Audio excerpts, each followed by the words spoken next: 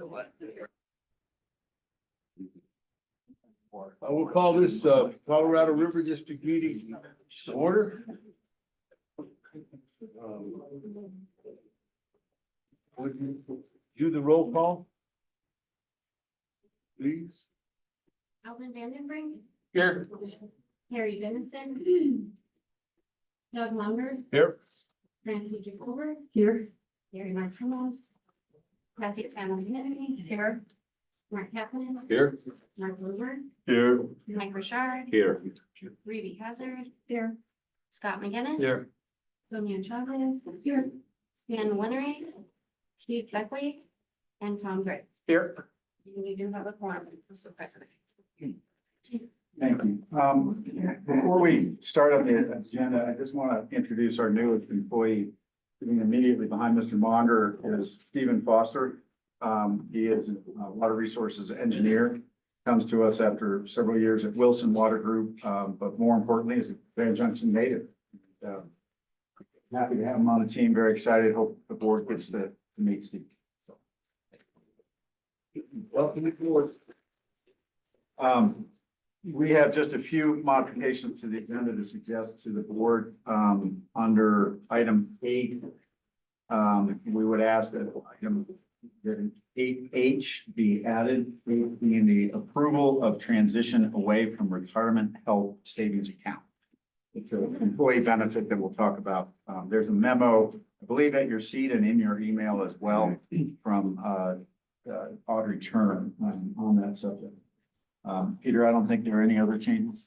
No other changes. So if you'd like us to motion to approve. Yes, That's tomorrow's agenda, folks. I need a motion to approve the agenda. Second. All those in favor? Aye. All those opposed? Motion passes. Let's move to the consent agenda.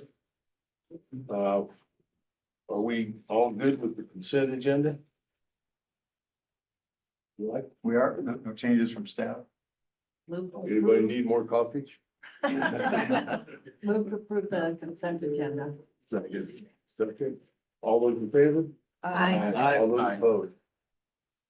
Motion passes. That was a motion by Chandler Henry, second by Rope. Greg. Just want to make sure we have that for the record. Gentlemen, council.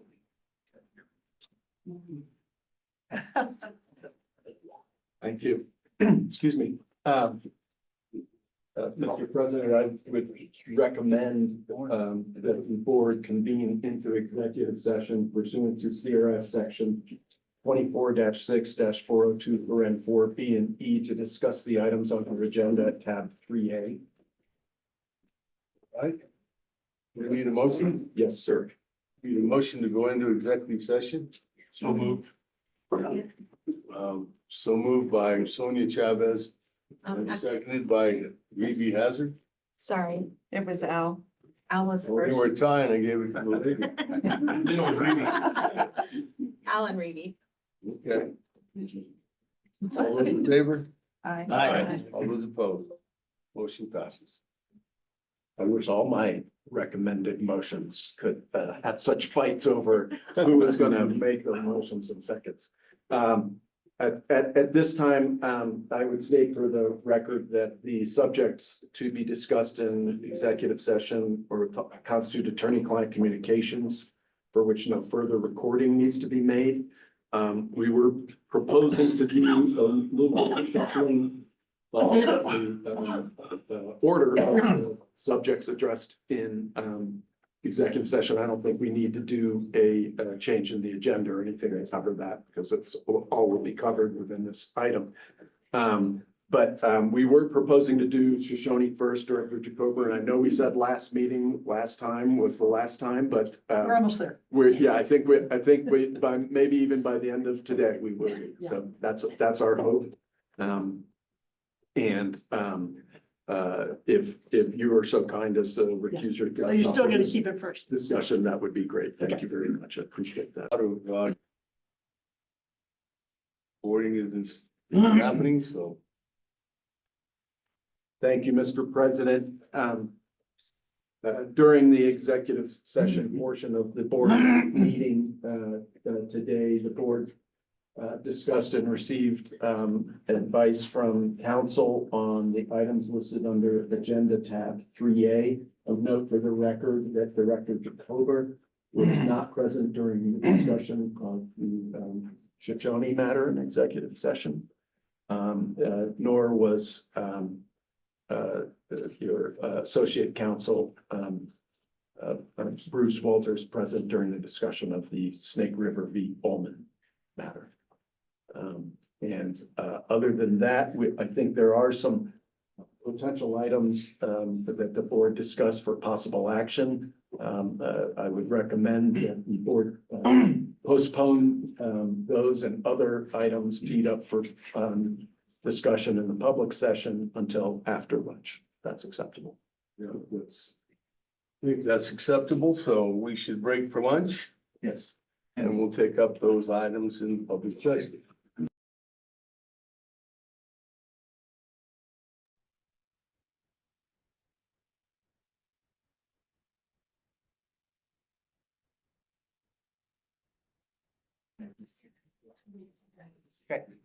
We're good.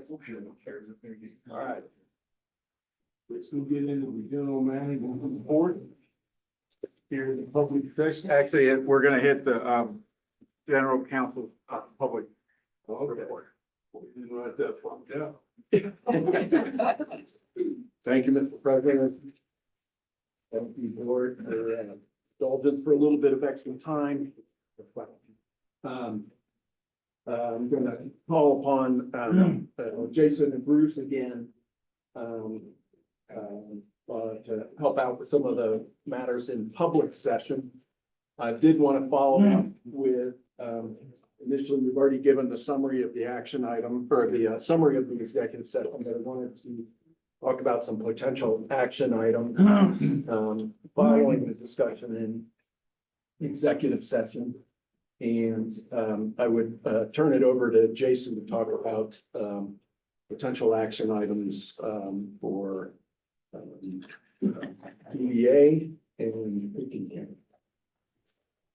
Sure, thanks, Peter. With regards to DBA, we would recommend that the board authorize the general manager to amend contract CA 24021 with DBA Water Consultants Incorporated to increase the amount of compensation for total compensation not to exceed $360,000 for engineering analysis related to. We need a motion? Longer move staff recommendation. Second. Second, Gary Martinez. All those in favor? Aye. All those opposed? Motion carries. And with regards to Pickens County, we would recommend that the board authorize the general manager to execute a proposed agreement relating to Pickens County's support of the Shoshone Permanency Project, contingent on approval by general manager and approval by the Pickens County Board of County Commissioners. So moved. Motion. Motion by Chandler Henry, second by Sonia Chavez. All those in favor? Aye. All those opposed? Motion carries. Thank you, Mr. President. Next item, I'd also ask Jason to take up and make a recommendation to the board related to the Snake River Water District. Thanks, Peter. We would recommend that the board, pursuant to its water rights litigation policy, authorize its counsel to expend in excess of 100 hours in litigation of case number 22 CW 3074, Water Division number 5. This motion. 8 seconds. Levy has it seconds. All those in favor? Aye. All those opposed? Motion carries. Thank you, board. The next item I would ask Associate Counsel Bruce Walters to cover is related to the River District's conditional water rights for the Red. Thank you, Peter.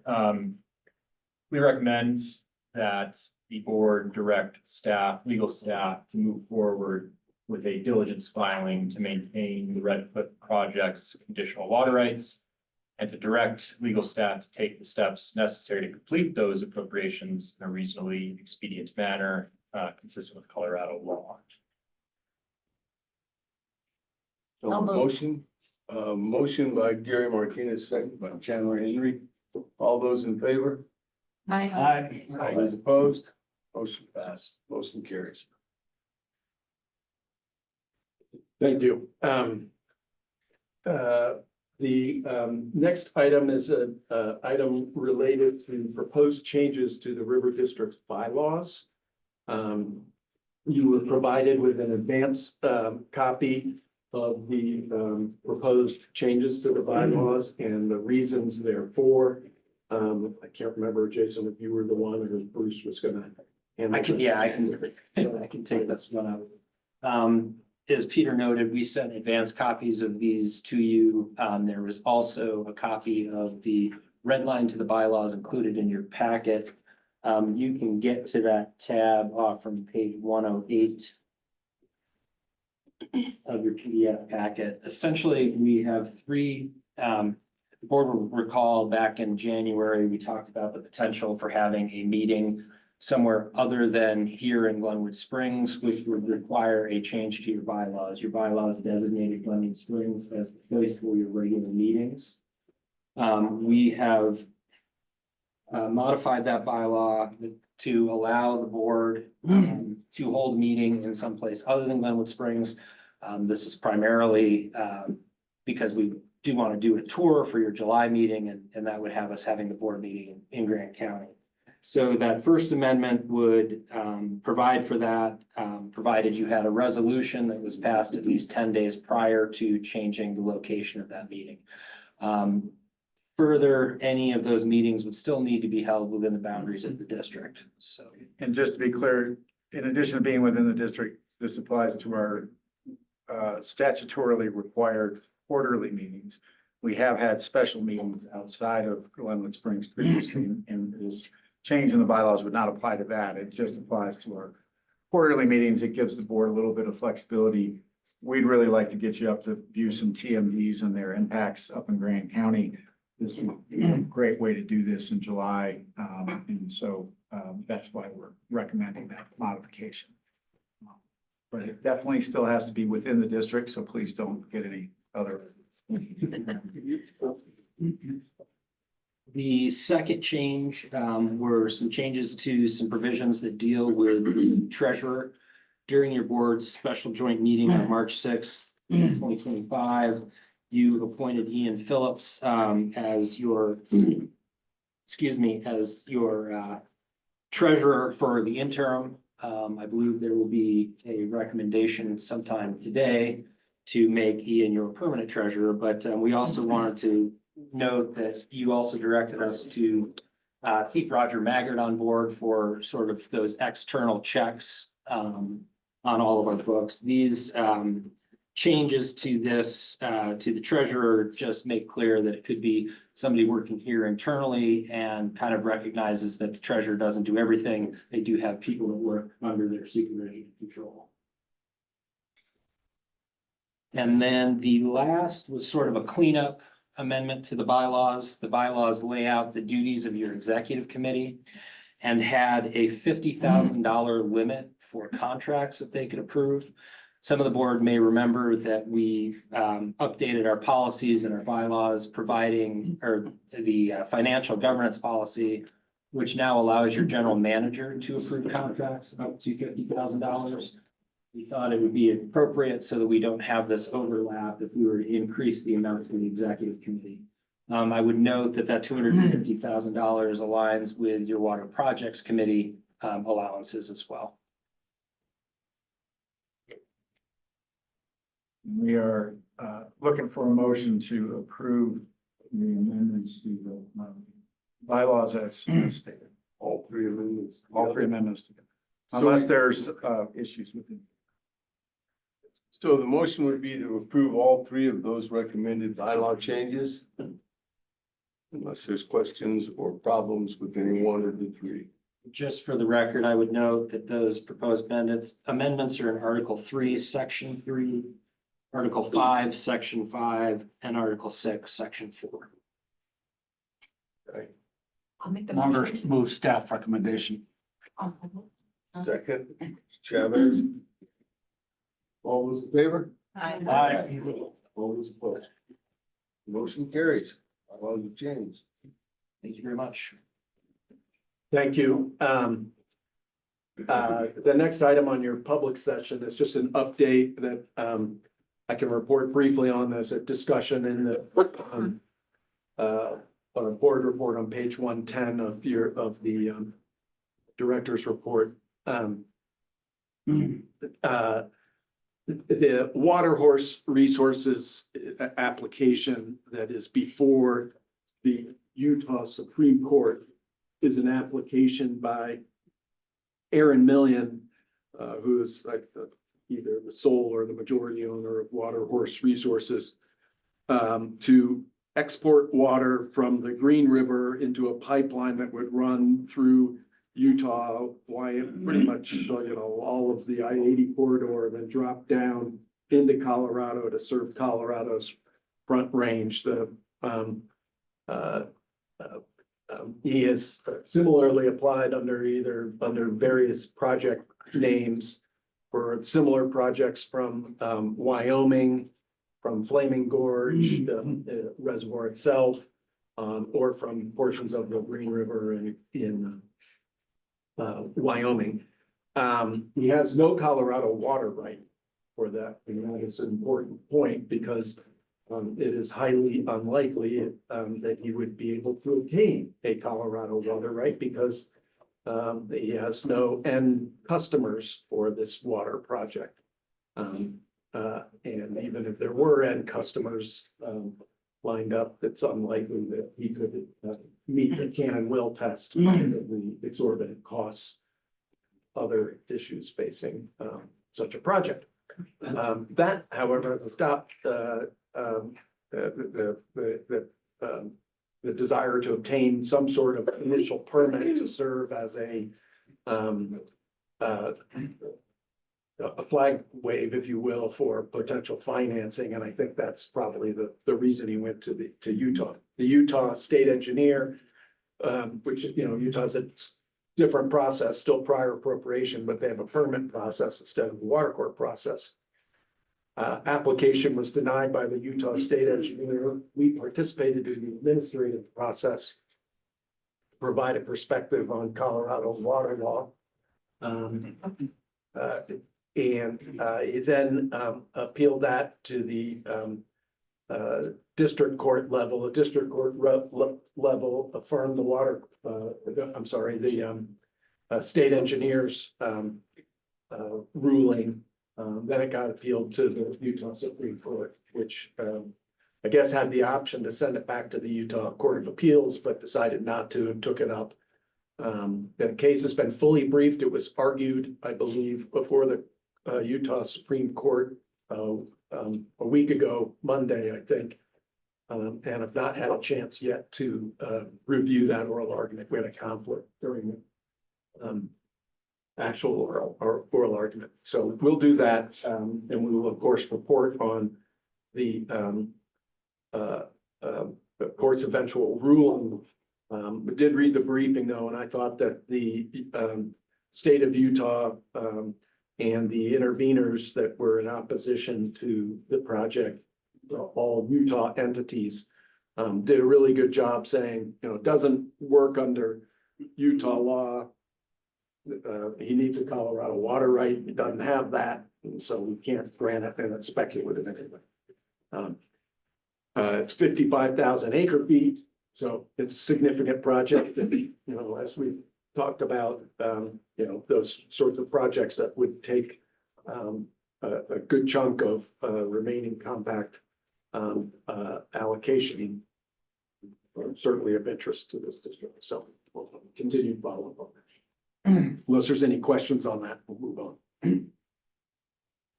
on. Next item, I'd like to ask for Bruce's help on is a potential action item regarding a potential agreement with Town Parachute regarding Urban Renewal Authority, Parachute Urban Renewal Authority.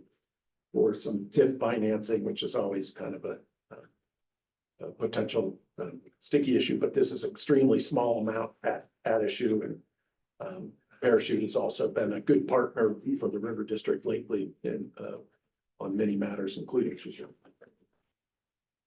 Thank you, Peter. Direct the board's attention to PDF page 110, where a discussion about the IGA with Parachute URA is covered. So as Peter mentioned, the town of Parachute recently created an urban renewal authority pursuant to statute. The intent of that URA is to facilitate the town of Parachute's Mountain View Plaza redevelopment urban renewal plan. That covers the current location of the Parachute Inn, which I believe is near the interchange of 70 and Highway 215. That urban renewal area consists of 9.62 acres of non-agricultural assessed lands. Does include one public right-of-way and only 2 recognized and taxed parcels of real property are included in that acreage. The renewal area is within the River District's legal boundaries, and accordingly, it is subject to the district's mill levy. And because the River District is an overlapping tax entity with respect to the renewal area, the town Parachute has requested that the River District enter into an intergovernmental agreement with the URA that will allocate to the URA 100% of the tax increment finance revenue generated from the district's general mill levy, or 0.5 mils. As Peter mentioned, that amount is quite minimal. And according to the terms of the IGA, is limited in duration to a 25-year period. The way that TIF generated revenue is estimated is based on a baseline. What is the current level of ad valorem tax associated with the district's mill levy today? That amount is approximately $27. And then the amount of revenue that is increased over that 25-year period above the baseline under the IGA would be allocated to the Parachute Urban Renewal Authority to help finance the urban renewal plan. Based on some negotiated terms in that IGA, again, the period is limited to 25 years. The maximum amount that the River District will contribute to that URA is $2,000. That doesn't mean that we are obligated to contribute $2,000, but that is essentially a little bit of cushion in the very unlikely event that the revenues increase exponentially. But it's estimated through the town's contractors that we are essentially going to be contributing up to about $44 annually over that 25-year period, which, doing the math, will put us well under $2,000. Given the reasons Peter laid out, the minimal revenue associated with the URA TIF, the fact that there are no agriculturally assessed lands within the project area, and the good relationship and contributions that we've seen recently from the town, we are recommending that the board authorize the execution of the intergovernmental agreements with the URA. Ms. Chandler Henry? Yeah, Bruce, does this will this have any effect on our current policy regarding tax increment financing? Because in general, it's a bad. Yeah, and that's a great question, Director Chandler Henry. We did bear in mind, obviously, the existing policy that the district has in place. I believe that was issued in 2017. And according to the terms of that policy, if we are faced with an instance where agricultural assessed lands are included within a proposed URA area, and the River District's mill would apply to those lands, then generally speaking, we would oppose that type of revenue share. In the event that there are not agriculturally assessed lands within an urban renewal area, we have built into our policy a little bit more leniency or flexibility to work with the relevant municipality I think in a couple instances in the past where we've dealt with this, have occurred in Delta and Montrose. But I think given the circumstances I laid out, the fact that our monetary obligation, our financial obligation is pretty low. And through some negotiated terms in the IGA, that make that very clear what our obligation is, not to mention the town's support of the Shoshone project. And other affairs of the districts. We view this as an instance where we can be flexible, in a way that's consistent with district policy. Mr. Munger? Yeah, so being on the other side, on the county side and on these URAs and the rest follow Director Chandler Hendry's comments as well. I sure hate to let the chicken out of the chicken hoop out there. And again, I'm worried about a precedent being set about us. Well, just come and ask the River District and they'll give you all of their money. And for 25 years and whatever, I guess I'm a little concerned about that. I mean, when in my community, when we had an urban renewal authority, which included the ski area, base area, that was wrong, you know, and then we never got to participate in any of those revenue increases during that, after that time too. So I do worry about, as Director Chandler Henry said, is setting a precedent, and well, you just come ask and they'll let you have it all. And again, it's $27. I understand that. And it's the whole magnitude of everything, but wow. So, yeah. So, and again, you look at the pictures of it, there's no question whether it's blighted and whether it needs some help. Again, that's not the problem. But anyhow, so I'll shut up. Thank you. And just as for some further background, it's been a while since I've looked at this, so it could be wrong. Number one, we have an existing policy on it, as Bruce said, it does give the board some discretion. If we didn't agree, it's assuming, as long as the authority has been lawfully created, there's a very large degree of deference to the authority in how it disputes about the future revenue gets allocated, and it usually goes in favor of the urban renewal authority. So you kind of, don't, as a taxing entity, you don't have a huge amount of bargaining leverage. As Bruce said here, no ag lands involved. That was, obviously a bigger concern when we had one that, how can you have an urban renewal authority if it's agricultural land? It didn't seem to square. And then the other side of it is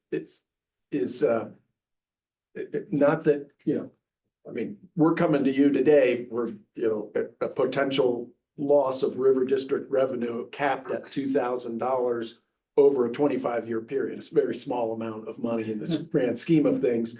You might wonder, why are you bothering us with that amount of money? That's up to your discretion. You could come and say, hey, amend your policy so that the staff has discretion if the total amount is, up to X amount in the future. Right now, the policy doesn't address that, but you could say that if you don't want these small ones to be brought to your attention. But the other thing is that given the River District's relatively small mill, because we cover such a large area, the impact of the River District finances, while in a different type of urban renewal authority other than this particular one, could be much more significant. It's usually not as significant as something like the local fire district, the local school district, or library district, which usually have a much higher mill. And those are the ones that are, the entities, taxing entities that have a much more significant impact from urban renewal authority to financing. I would add, Director Monger, you raised a good point about what is the goal here for the URA, and that made me realize that some context would be helpful. The goal here from the town's perspective with respect to this area is to use it from a mixed use standpoint for affordable housing and commercial. So that is what they're thinking about, creating up to 40 new residential units from an affordability standpoint. So one more question, technical. How do we measure, or how do we guarantee that it will not exceed $2,000? If even at our mill levy being, when we run to $2,000, we start getting all of our money out of that TIF increment? So I think I understood the first part of your question to be, how can we guarantee that we're not gonna be contributing more than $2,000? Yeah, Is that so- correct? So you're talking about the $27 a year on our current mill. Right. On the current mill, on the current valuation. Mhm. But if they go and put in a shopping center there with a whole bunch of commercial units and a new residential, you know, that thing could get more than $2,000 before the 25 years. So when it hits the $2,000, we start getting our money? Is that how that works? And I apologize. Okay. Yep. Anyhow, that's my question. No, it's a reasonable question. The way that the IGA in its draft form is put together is that our maximum contribution is $2,000, period. Of course, the duration, the lifespan of the project is for 25 years. Built into the IGA is the ability of the parties to renegotiate what the cap is, but the stated cap is $2,000 as it's current written. So any addition, or any amount in excess of that would have to be the product of the negotiation between the town and river districts. Does that answer your question? Yeah, I guess, other than the fact that it seems like it should just, our increment should go away. And we would get it after And after sorry, the 20 years or the $2,000. you were correct about that. Once that $2,000 cap is reached, unless the $2,000 excess cap is renegotiated, any amounts generated beyond that would go to the river district. Okay, great, thank you. So, It seems kind of silly to me that we're doing this over $2,000, and I think the amount of staff time we would spend renegotiating something like this would probably far exceed $2,000. I guess at first take, I really appreciate their contribution and stuff, but I also feel like there's no sideboards on this for the future, and I'm not feeling inclined to support it. So in sideboards, Director Chavez. Setting precedents. Right. Yeah. I mean, it's a good question, and that's why we have a policy in place, right? To consider this. Again, I think from the staff standpoint, we looked at what is the risk? What is the financial commitment that we're being asked to contribute here? Given that dollar figure, the fact that we will continue to retain the $27 base revenue that continues to go to the district. It's just whatever in excess of that is going to be contributed out to our. Gary? I think what I'm hearing is not the financial risk that we're concerned about, but this opened the door to us having to engage in other IGAs because of other similar processes, and it's gonna be a time sink, perhaps a financial sink, depending on what the negotiation bears, but I think that's our bigger Yeah. concern is how could this be affected in other places? Have we done some sort of analysis on that, or a risk analysis? I think Well, I'd be surprised. Sorry. Go ahead. I was gonna say, I wouldn't be surprised if that type of risk analysis happened in 2017 when we created the policy on TIF. Maybe others could speak to that. We don't have a lot of urban renewals within our boundaries. It's been happenstance. It happens here and there. It did, as Bruce mentioned, happened in Montrose, and I can't remember, it was Delta, City of Delta or Delta County. And as I mentioned, and again, it's been a little while since I've looked at this, the law could have changed. But if I recall correctly, assuming the Urban Renewal Authority was properly created, there is a great amount of deference to the authority in retaining the tax increment that the authority provides. In other words, that additional amount. And so we can just ignore them. I mean, then they would collect all of the tax, and they could even collect the base tax as well.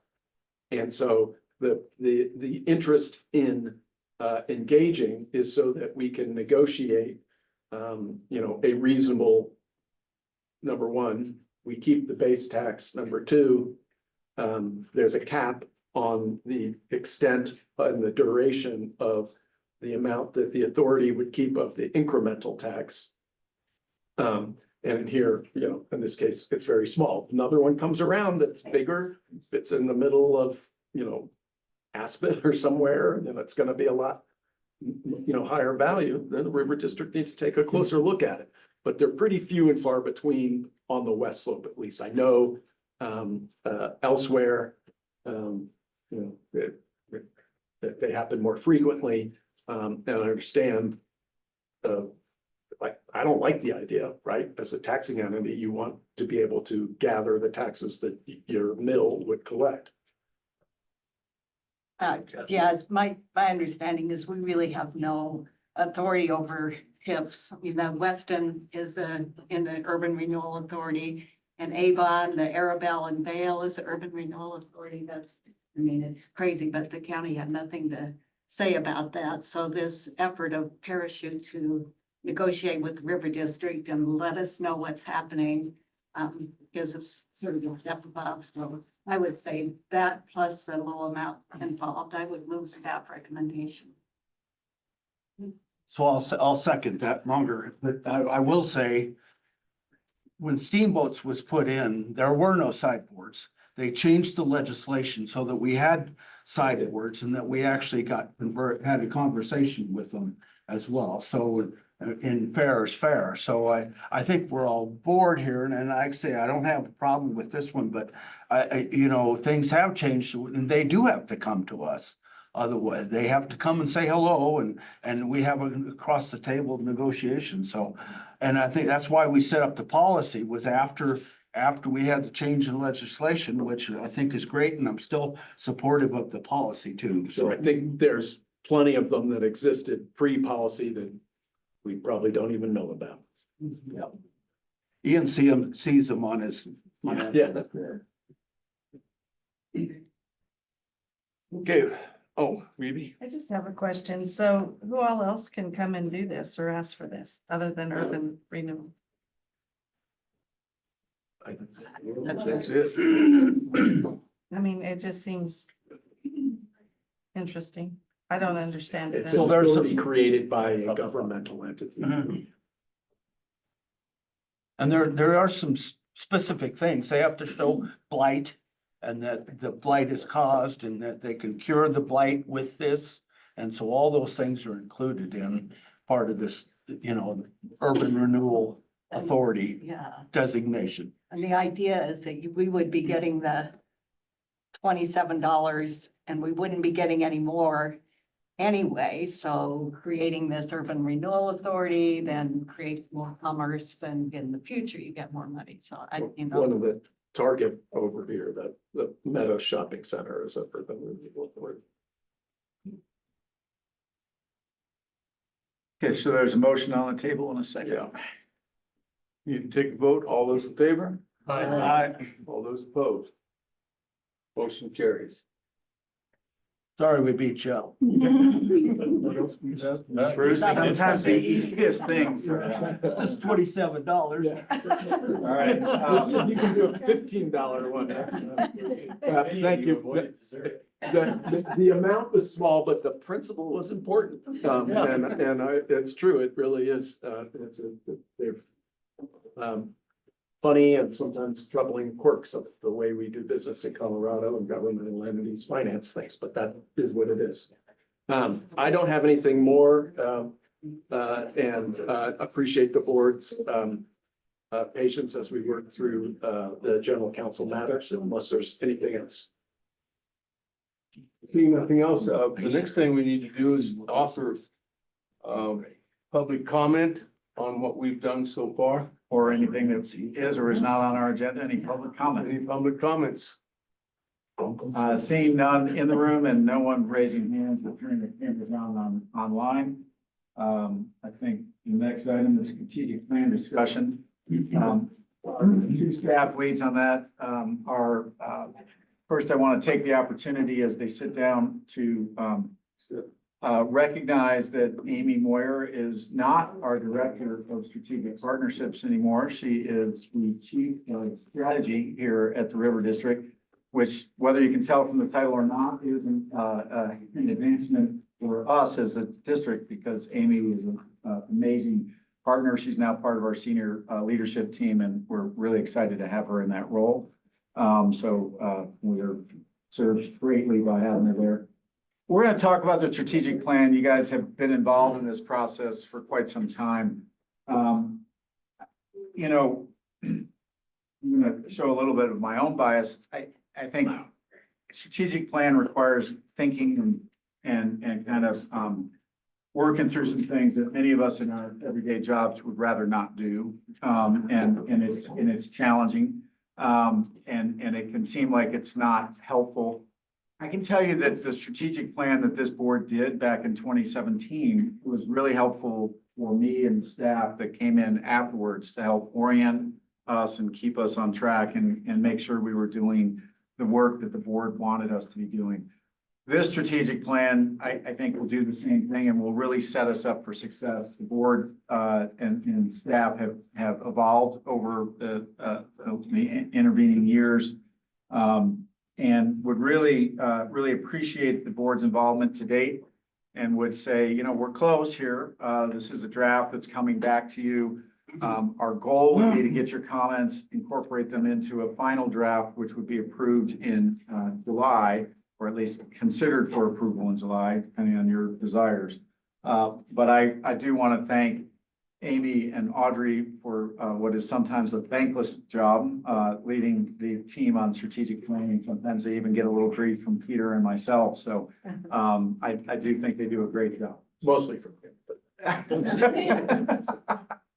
Peter doesn't tease me often, but. Oh, sorry. Yeah. Oh, whoops, that one, yeah. Thank you, Andy. I appreciate the kind words and the introduction to the draft strategic plan. So you all have a printed copy on your desk. It's also in your packet electronically, so however you'd like to follow along. I'm just going to set the stage a little bit, following up on Andy's remarks of the background and purpose where we've been with the strategic planning process. And then we'll walk through again some of the structure. To get this draft to where it is today, we relied on truly our entire staff and a lot of our staff that have stepped up to be team leads as we broke into work groups. So we're going to have those folks come up and help us present this agenda item as well. But just a reminder of the River District has been guided by a strategic plan since 2013. It was revised in a facilitated process in the 2016-2017 timeframe. I think a large driver of that was with the Colorado Water Plan coming on board. The River District took an opportunity to revise its strategic plan and then was re-revised in 2018 to also make sure we included our asset operations and enterprise into this plan.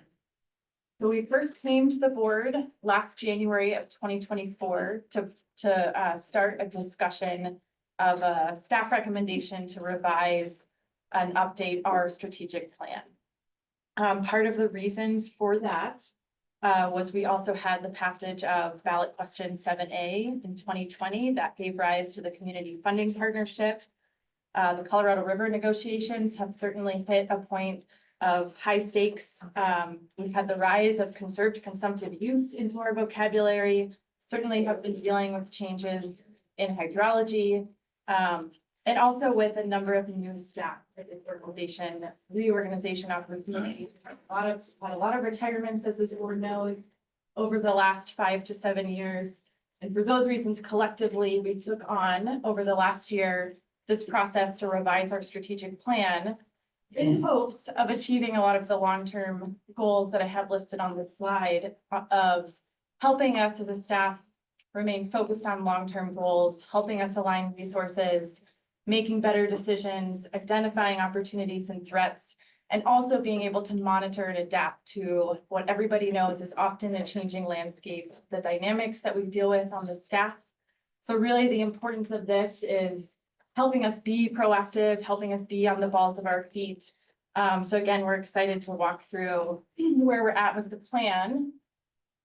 And then just a recap of what the last year has looked like. So a year ago, last April, we came to the board for approval to hire a consulting firm to help us facilitate and navigate us through this process.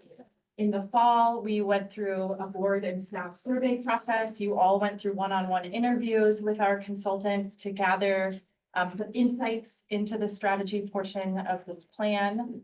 We came together in October for a strategy retreat, a day-long strategy retreat, which really led to some of the core values we wanted to put in the plan and the concept of focus areas that we're going to talk about. Where can we more intentionally some of our staff resources and expertise. We then went to the staff level, and like I mentioned, this has really taken everybody at the River District's input and ability to refine this plan into some additional long-term outcomes, initiatives, goals, and tactics. So we broke staff into work groups, really dug into the weeds on these topic areas. We came back to the board last January with a lot of the outputs from the staff work group sessions, where we had the board prioritize some of the ideas that we had at the staff level, give us some feedback on where we were. So you're going to hear as we talk about each of these focus areas and components in the plan, the team leads are going to walk you through how over the last 3 months we've taken the board feedback in January to lead up to this draft document that you have today. And so like Andy mentioned, the approach we are taking with this plan is similar to the 2 board meeting process that we take with our board level policies of bringing you this draft, having another round of feedback, an opportunity for us to go back and revise areas of this. And then we expect to bring it to the board in July for a recommended adoption. So there's no action item today. This is still a feedback.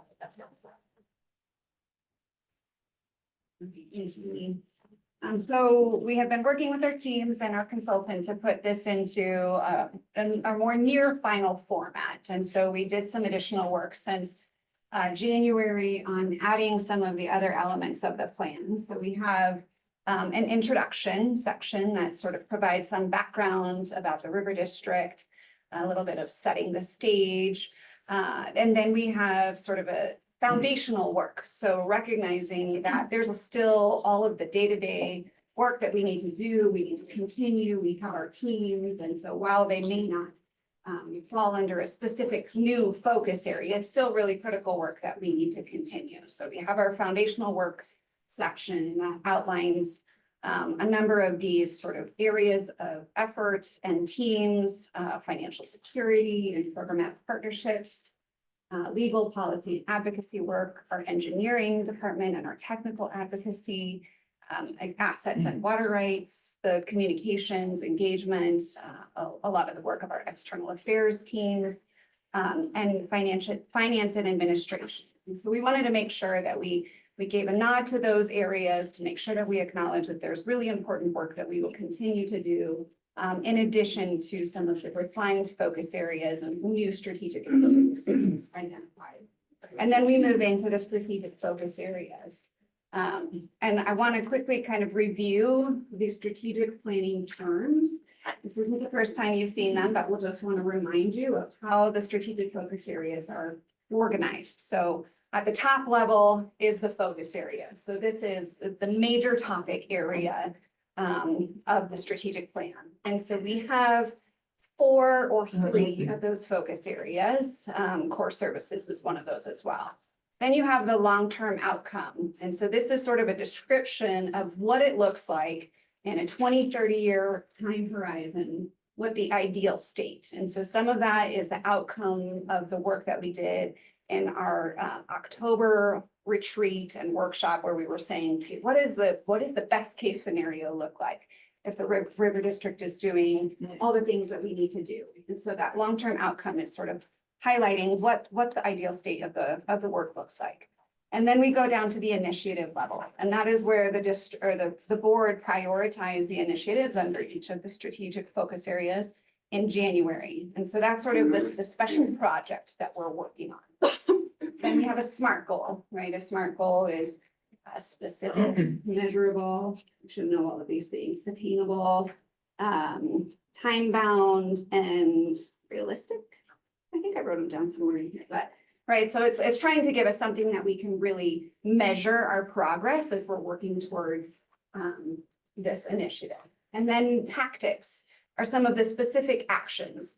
Those tactic levels are not meant to be all inclusive. They're just some of the areas that we'll be working on while we're working to achieve that strategic initiative.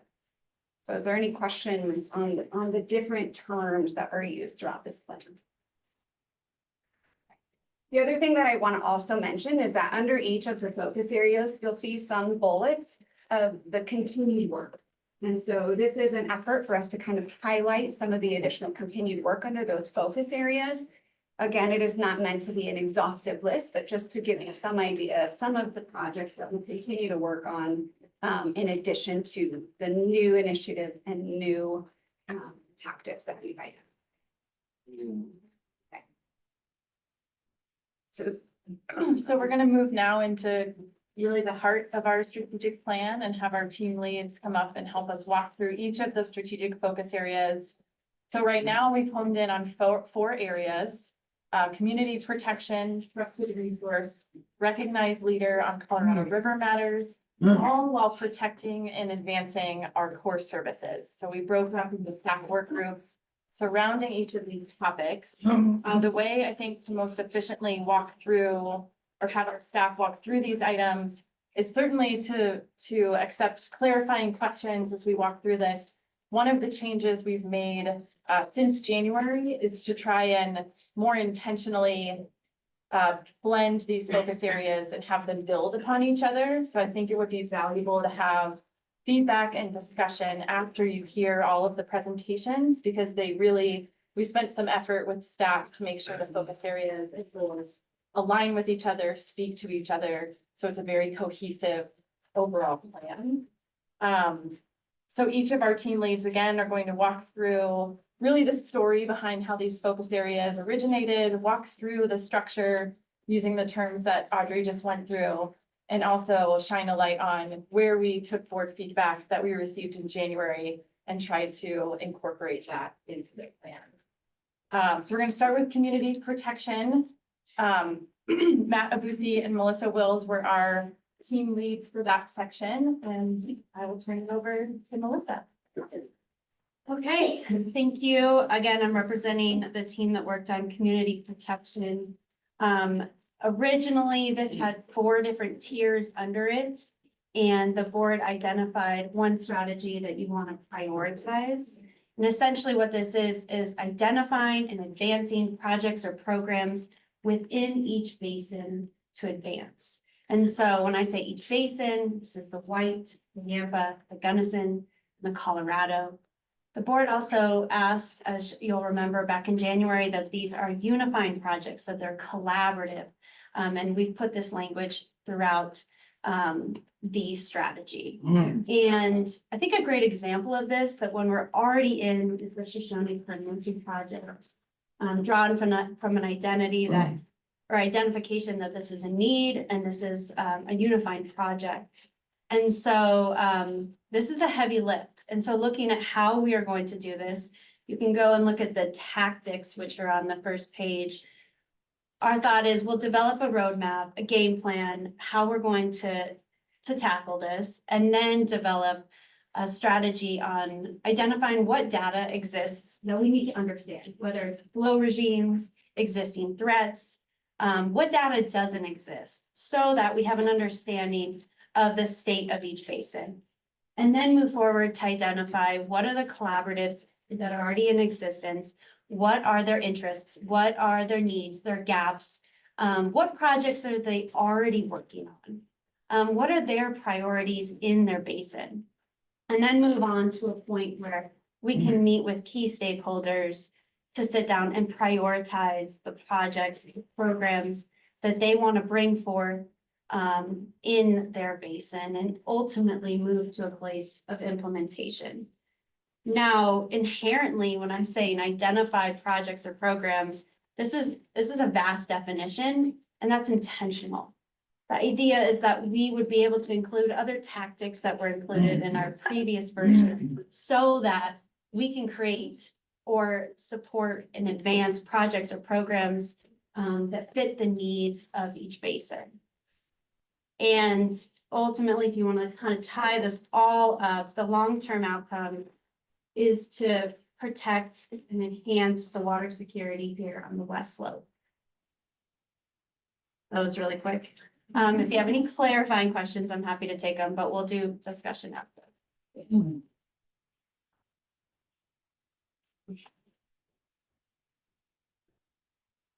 So our next focus area is a trusted resource that has both a component of how we can be sought after and utilized by our constituents as a trusted resource, but also a communication lens to that. So Sam Callahan and Lindsay DeFreitas, they can come sit around me. I should have moved, but I'll be in the middle of the group.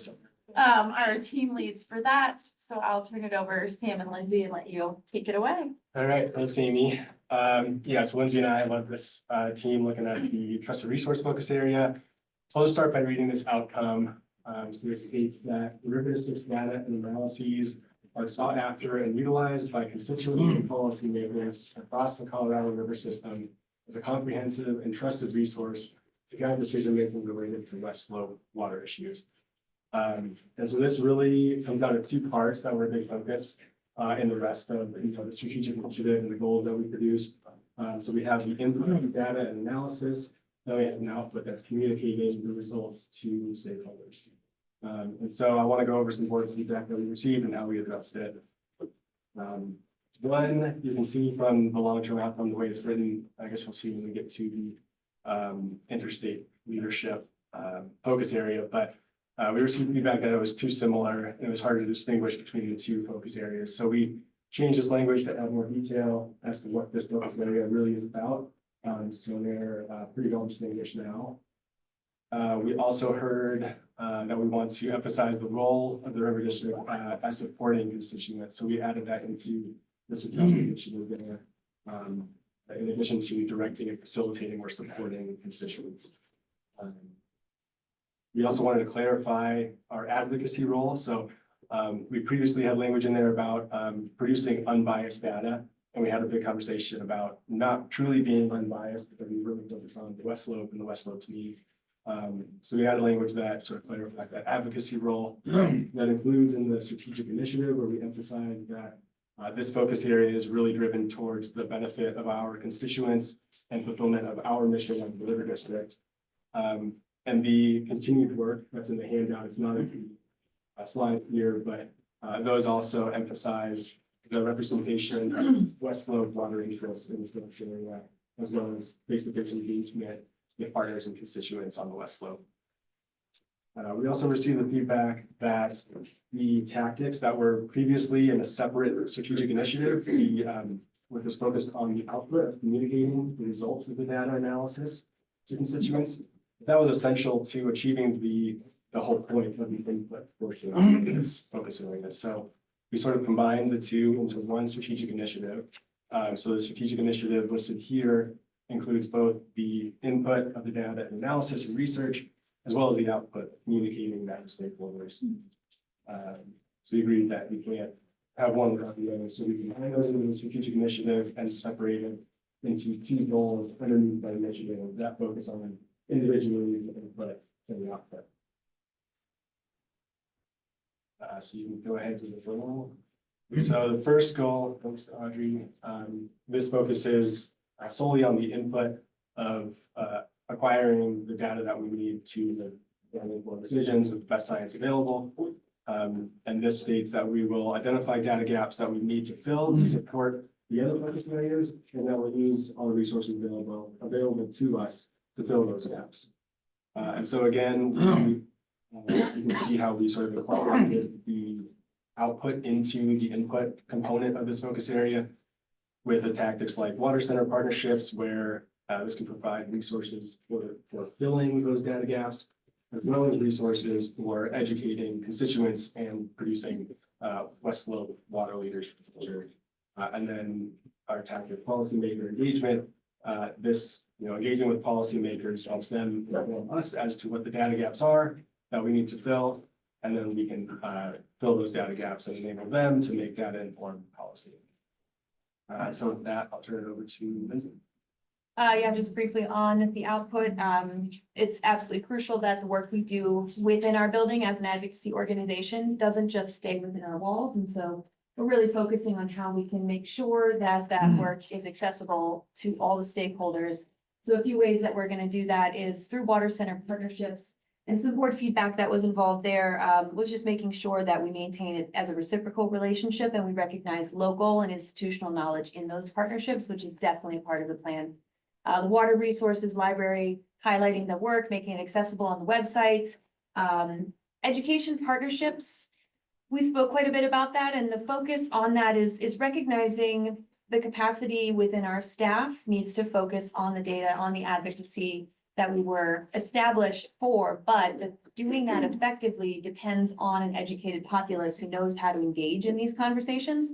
And so looking for opportunities to support other organizations that are sort of taking care of that work already, instead of spreading our staff so thin to try to teach all of the one-on-one level classes that need to be done.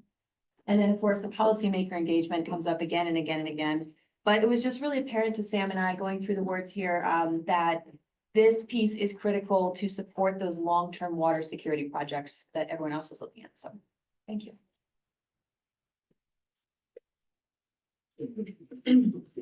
So, yeah. With the topics that came up, were those developed primarily as part of our strategic planning, or was this staff kind of led? And I guess my comment goes directly to the water center partnerships. If we're using this in any way to guide the use of CFP funds in the future and stuff, I don't want to have to be dovetailed directly into working with the water center.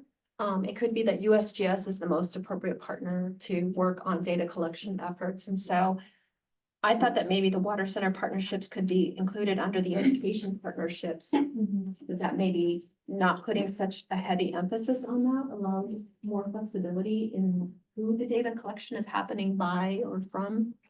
So just was wondering if you guys could make a comment on that, the emphasis. I know that we just recently funded one in the PFP, but. Yeah, I can comment, Dr. Chavez, on your first question of the tactics were led by the staff work groups, but certainly informed by the strategic planning, all of the building blocks that we've done over the last year. And so like Audrey said, the tactics are not meant to be an exhaustive list or bind us in any way, I think for CFP funding. So in terms of potentially nesting, that's certainly something we can go back and look at and consider.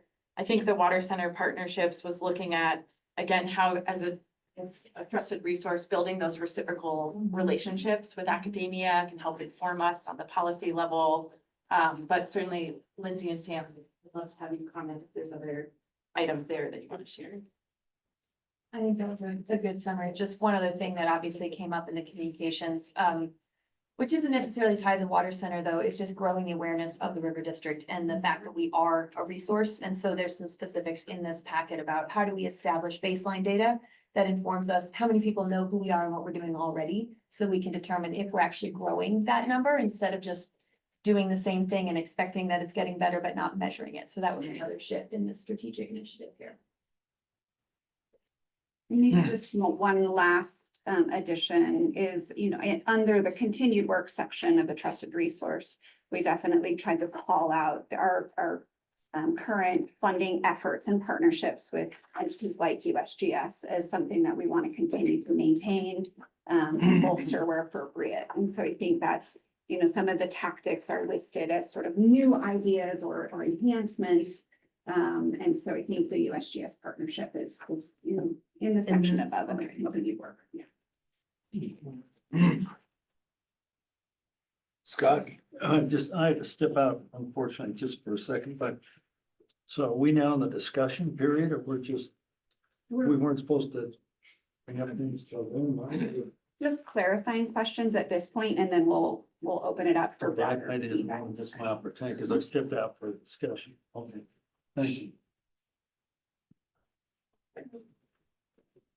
Our next focus area is recognized leader on Colorado River matters. So Raquel Flinker is going to come up and present here. Thane Kessler was also the lead on this one. And the board might remember when we left, and I think Raquel will touch on this a bit, when we left the October strategy retreat, we had focus areas for advocacy and partnership. And again, as we worked through the process, we really found that those are strategies to achieve those major topic areas. And so blended those components within the trusted resource, community protection, and created this third focus area very specific to Colorado River matters. So I'll let Raquel walk through where we took some of the board feedback and broke this into two separate initiatives. Thanks, Amy. So yes, we created this focus area, and that was presented to you in January as its own area of combination, stealing a little bit from the partnerships and advocacy original initiative focus areas. Back in January, we only had one initiative under this focus area. The focus area was focused on interstate. So since then, it has been broadened to be more on the Colorado River matters more broadly. Back in January, we have 2 SMART goals under a single initiative. And what we heard from the board was a need to differentiate this focus area from the trusted resources. Back then, they had similar language around being a leader in Colorado River matters. And as you saw from Sam and Lindsay's presentation, their description has changed and become a lot more specific on data and communication. We also heard from the board a guidance to combine the 2 SMART goals because they seemed similar and they were under the same initiative, and also refining some language so that it was easier for public consumption. And so what has happened since January, we took this feedback and we worked together to further refine the language. We now have 2 strategic initiatives, and you can see it in your packet and in the document, but also on the screen. We have the first initiative that is focused on interstate matters and helping to achieve federal and interstate programs that reduce the risk to West Slope water users. The goal linked to this is advocating for these programs and calling out the post-2026 operational guidelines to reduce risk for West Slope water users and communities. And the tactics around that are listed here. I'll briefly describe them. So strategic partnerships, working with other entities that have interests that align with ours, working with decision makers, and this was mentioned in other groups as well, but strengthening those relationships, having staff engage and participate in certain programs and commissions, advocating for clear rules on compact curtailment administration, as well as reservoir releases from the CRSP initial units. And the second initiative has an intrastate focus, and it is centered around conserved consumptive use programs. This initiative was informed by some language that used to be under the community protection focus area. And we also had some of this language under this one. And so we combined the 2 to create this intrastate focus area. And the intent of it is to protect West Slope water and not have disproportionate negative economic impacts within any subbasin. And the goal is to the extent that a program of this nature is operating, ensure that there are enforceable protections so that disproportionate impact. And the tactics, include technical work to, inform the design of these programs, improving partnership with the state of Colorado, inform and engage with elected officials, so that is a reoccurring topic, and explore pilot projects to help inform some concepts in design, as well as a market structure to go with it. So that's a summary there, and yes, we have a next topic and then we'll take discussion, but if there is any clarifying questions, happy to.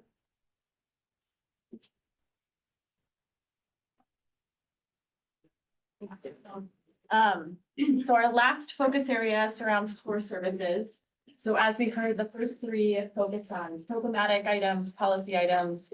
What we realized as a board and staff is we can't move those forward without a strong core services of our administrative staff capacity, our staff resources, strong financial foundation, a strong asset and enterprise as well. And so we made sure to highlight core services as a specific focus area to set intention on those topics as well. So I'll turn it over to Hunter Kazi and Ian Phillips, who are our team leads for that focus area.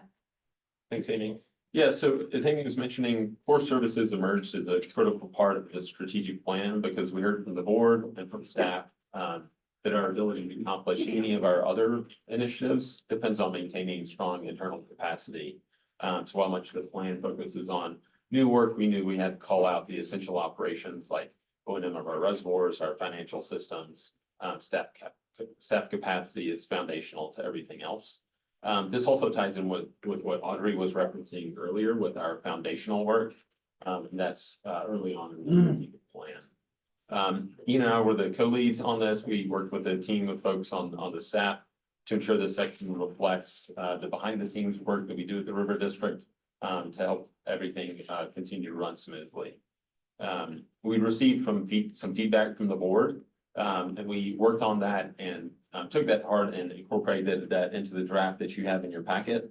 One of those was a recommendation by the board to consolidate two initiatives into one, and that's what you'll see in your packet. There's just a single consolidated initiative now.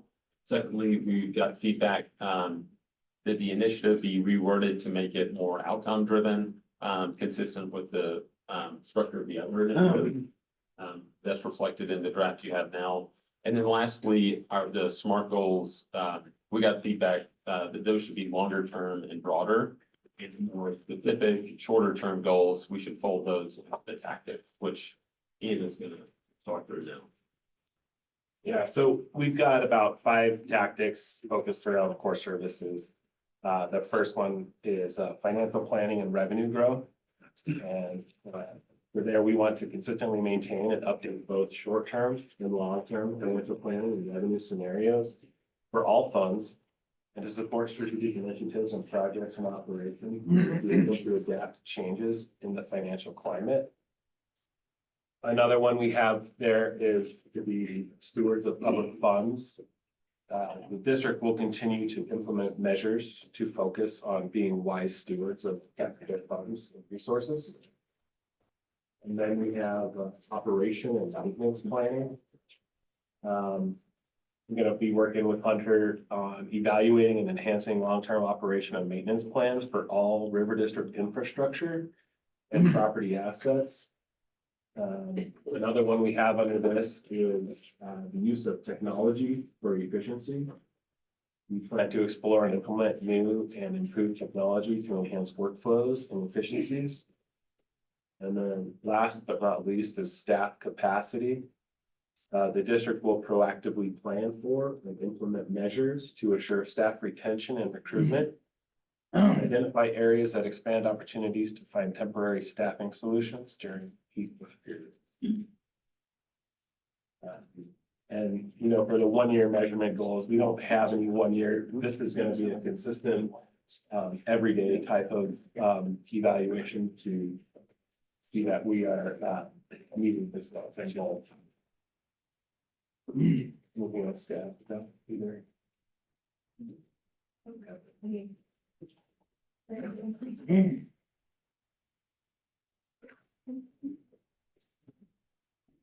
we're gonna have questions then? Yeah, so thanks again for our team leads. I think at this point, we'd love to open it up for feedback and discussion. Certainly, we can bring folks back up.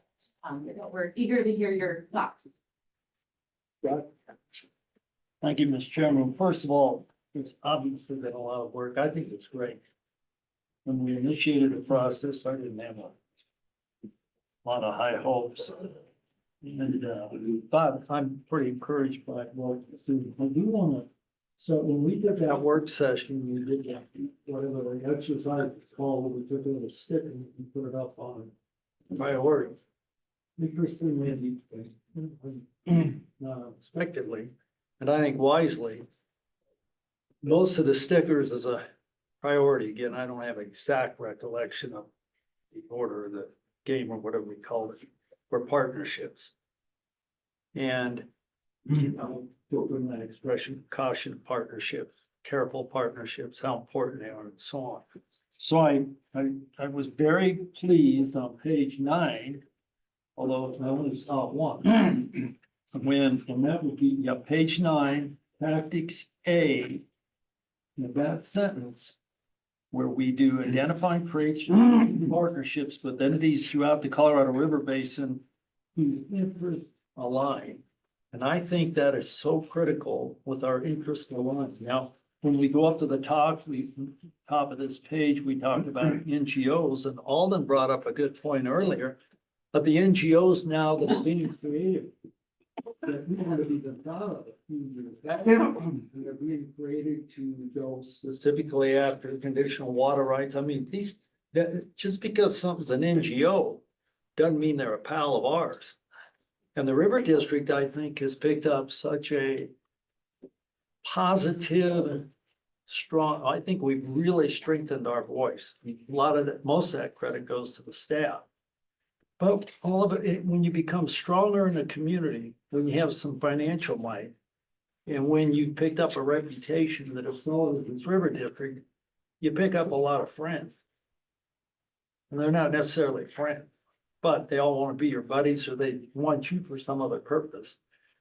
And I've experienced, at least in Grand Junction, especially following the drought, we had some new organizations, in my opinion, most of them for fundraising purposes, but being organized to start helping with the river, in Grand Junction, and we're gonna start cleaning the river, and they start with Tamarask, and then they start expanding into water rights and start getting out of their lane, and frankly, our lane.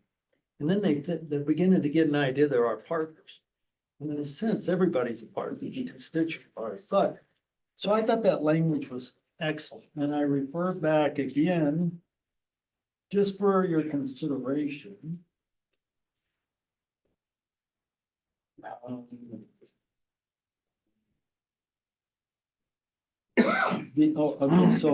So I would kind of like to see a little stronger language on page 7, under 2, trusted resource. And third dot down, maintain a state and federal legislative presence and represent. By saying aligning with our river districts really kind of narrows where we really want to focus. Here, represent West Slope water interests. Obviously, we want to represent West Slope interests, but some people have a different interpretation of what that West Slope interest is.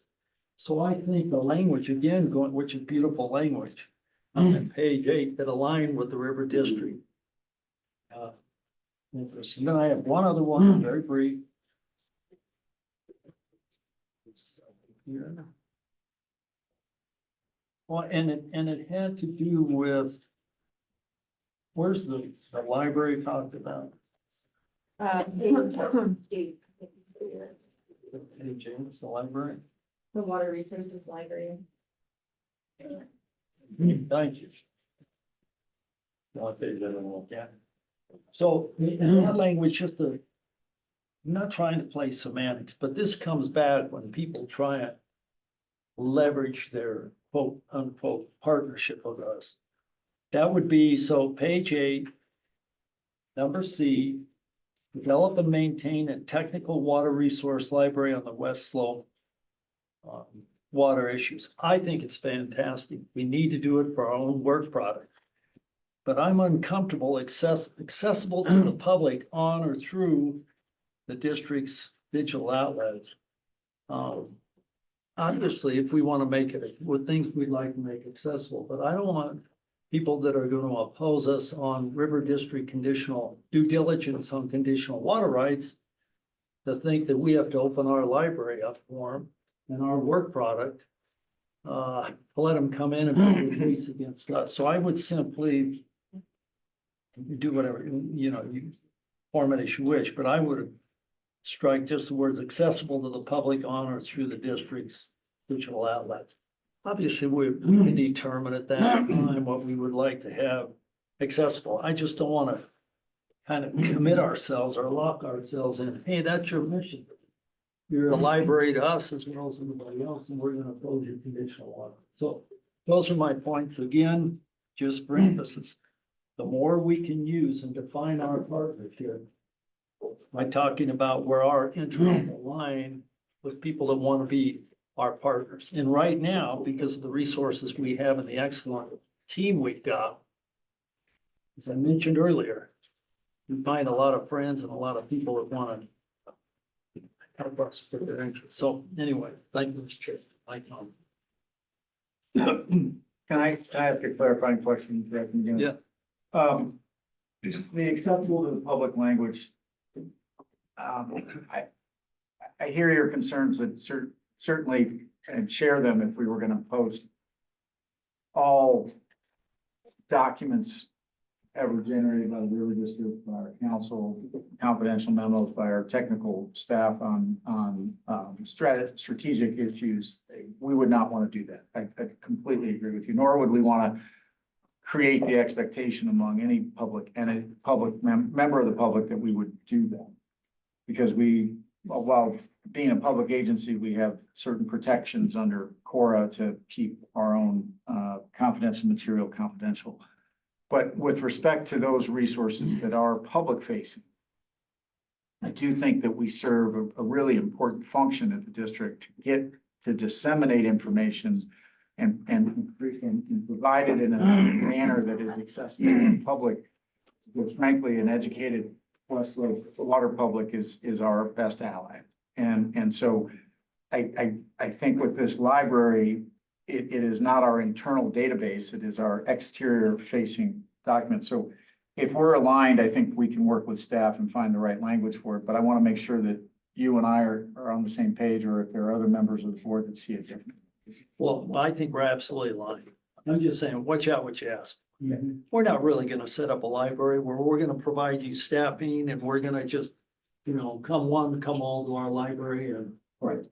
And it's hard to retract from that when you put out a broad, come one, come all.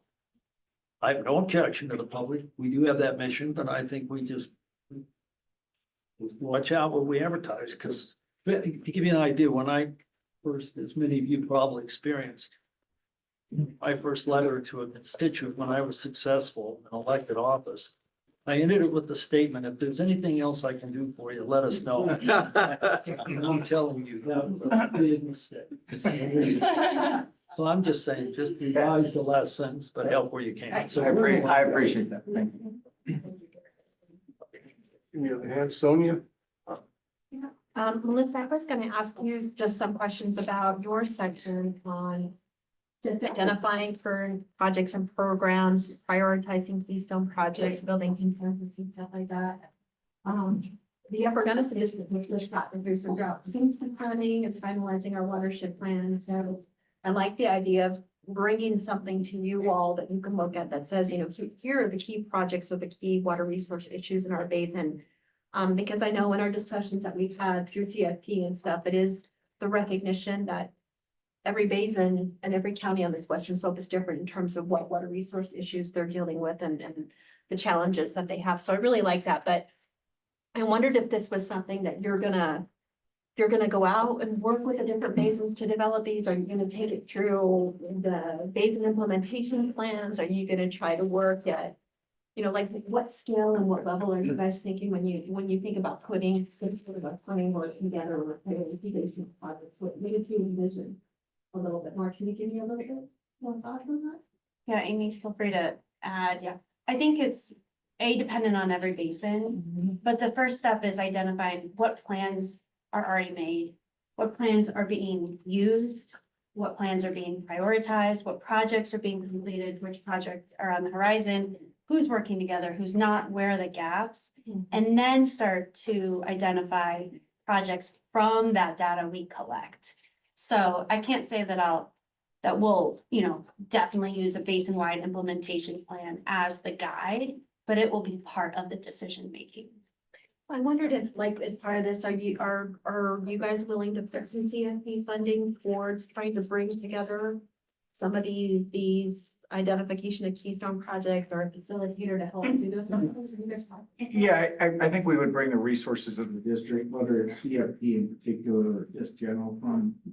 We would intend it. It really, our vision here is to bring together, to be a catalyst, to bring together constituents. And even, I just want to say, in the Gunnison, there's great consensus, I think, at least from the outside perspective in the upper Gunnison. But when you bring in the lower Gunnison, there might be some different goals and different ideas and different. And so how do we find those projects where we can cross those divides and bring stakeholders together? And then act in a unified manner on a prioritized list of projects that's fully endorsed by the consensus of the local community.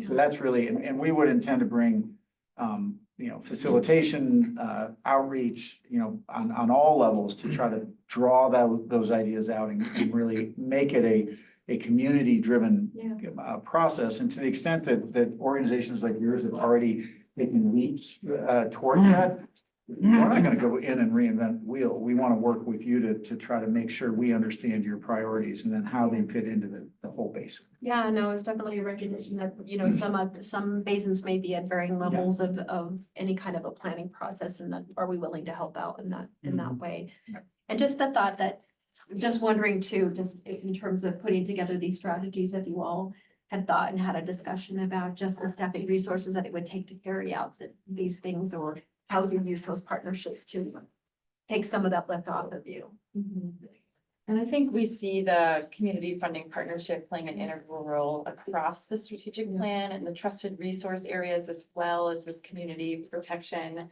And I think that's why starting with this roadmap and data framework to really think about, okay, what do we already know?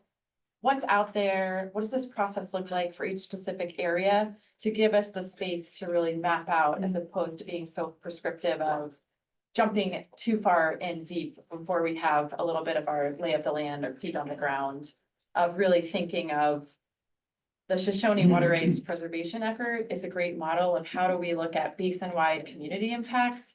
We know you can't pick up that playbook and go to a different basin with it, but what does that concept look like in other areas? So that's a little bit of our hope and intention there. You guys have done a great job, and I really appreciate and can see that you're spending time in the different basins trying to understand the issues, you're doing boards and getting out in the field and stuff like that. I think that's important.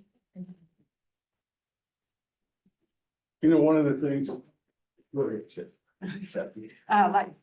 First of all, this is great, with a lot of great work it is, and it's only 12 pages. And so it's readable. A lot of strategic plans are huge and have 600 things in them. And so anything fits, and you can't really tell if you're doing the strategic plan or not. So I think that's really good. You've done a good job of keeping it broad enough, but dividing it into some specific things. So again, it's understandable and measurable. So I really thank you for that. My question is on the, how are you going to measure the outcomes? And is that something that is coming later? Like, we plan to do these 4 things to this amount by this time, so that the board can kind of track how we're doing, and how will the board keep up with where we are on the strategic plan? Yeah, thank you, Director Chandler Henry. That's an excellent question as we're thinking towards what does implementation look like? And what each of the work groups did was start to develop, what's a 1-year indicator of we're moving in this direction? And so this plan is meant to expand at least a 5-year period. So we're not expecting to achieve all of these goals overnight, but what we're starting to think about is how do we start looking at this in small increments so that we can come back to the board and we can have a discussion on what that frequency looks like and say, here's how we're building towards these SMART goals and long-term outcomes that we put in the plan. And so I think a difference in the way this plan is structured is that it's more action-oriented. It lends itself to these concepts of a 1-year indicator of, it may not be as quantified of, you know, we're X% of the way through, but here's the steps we've taken as a staff to start achieving the concepts in here.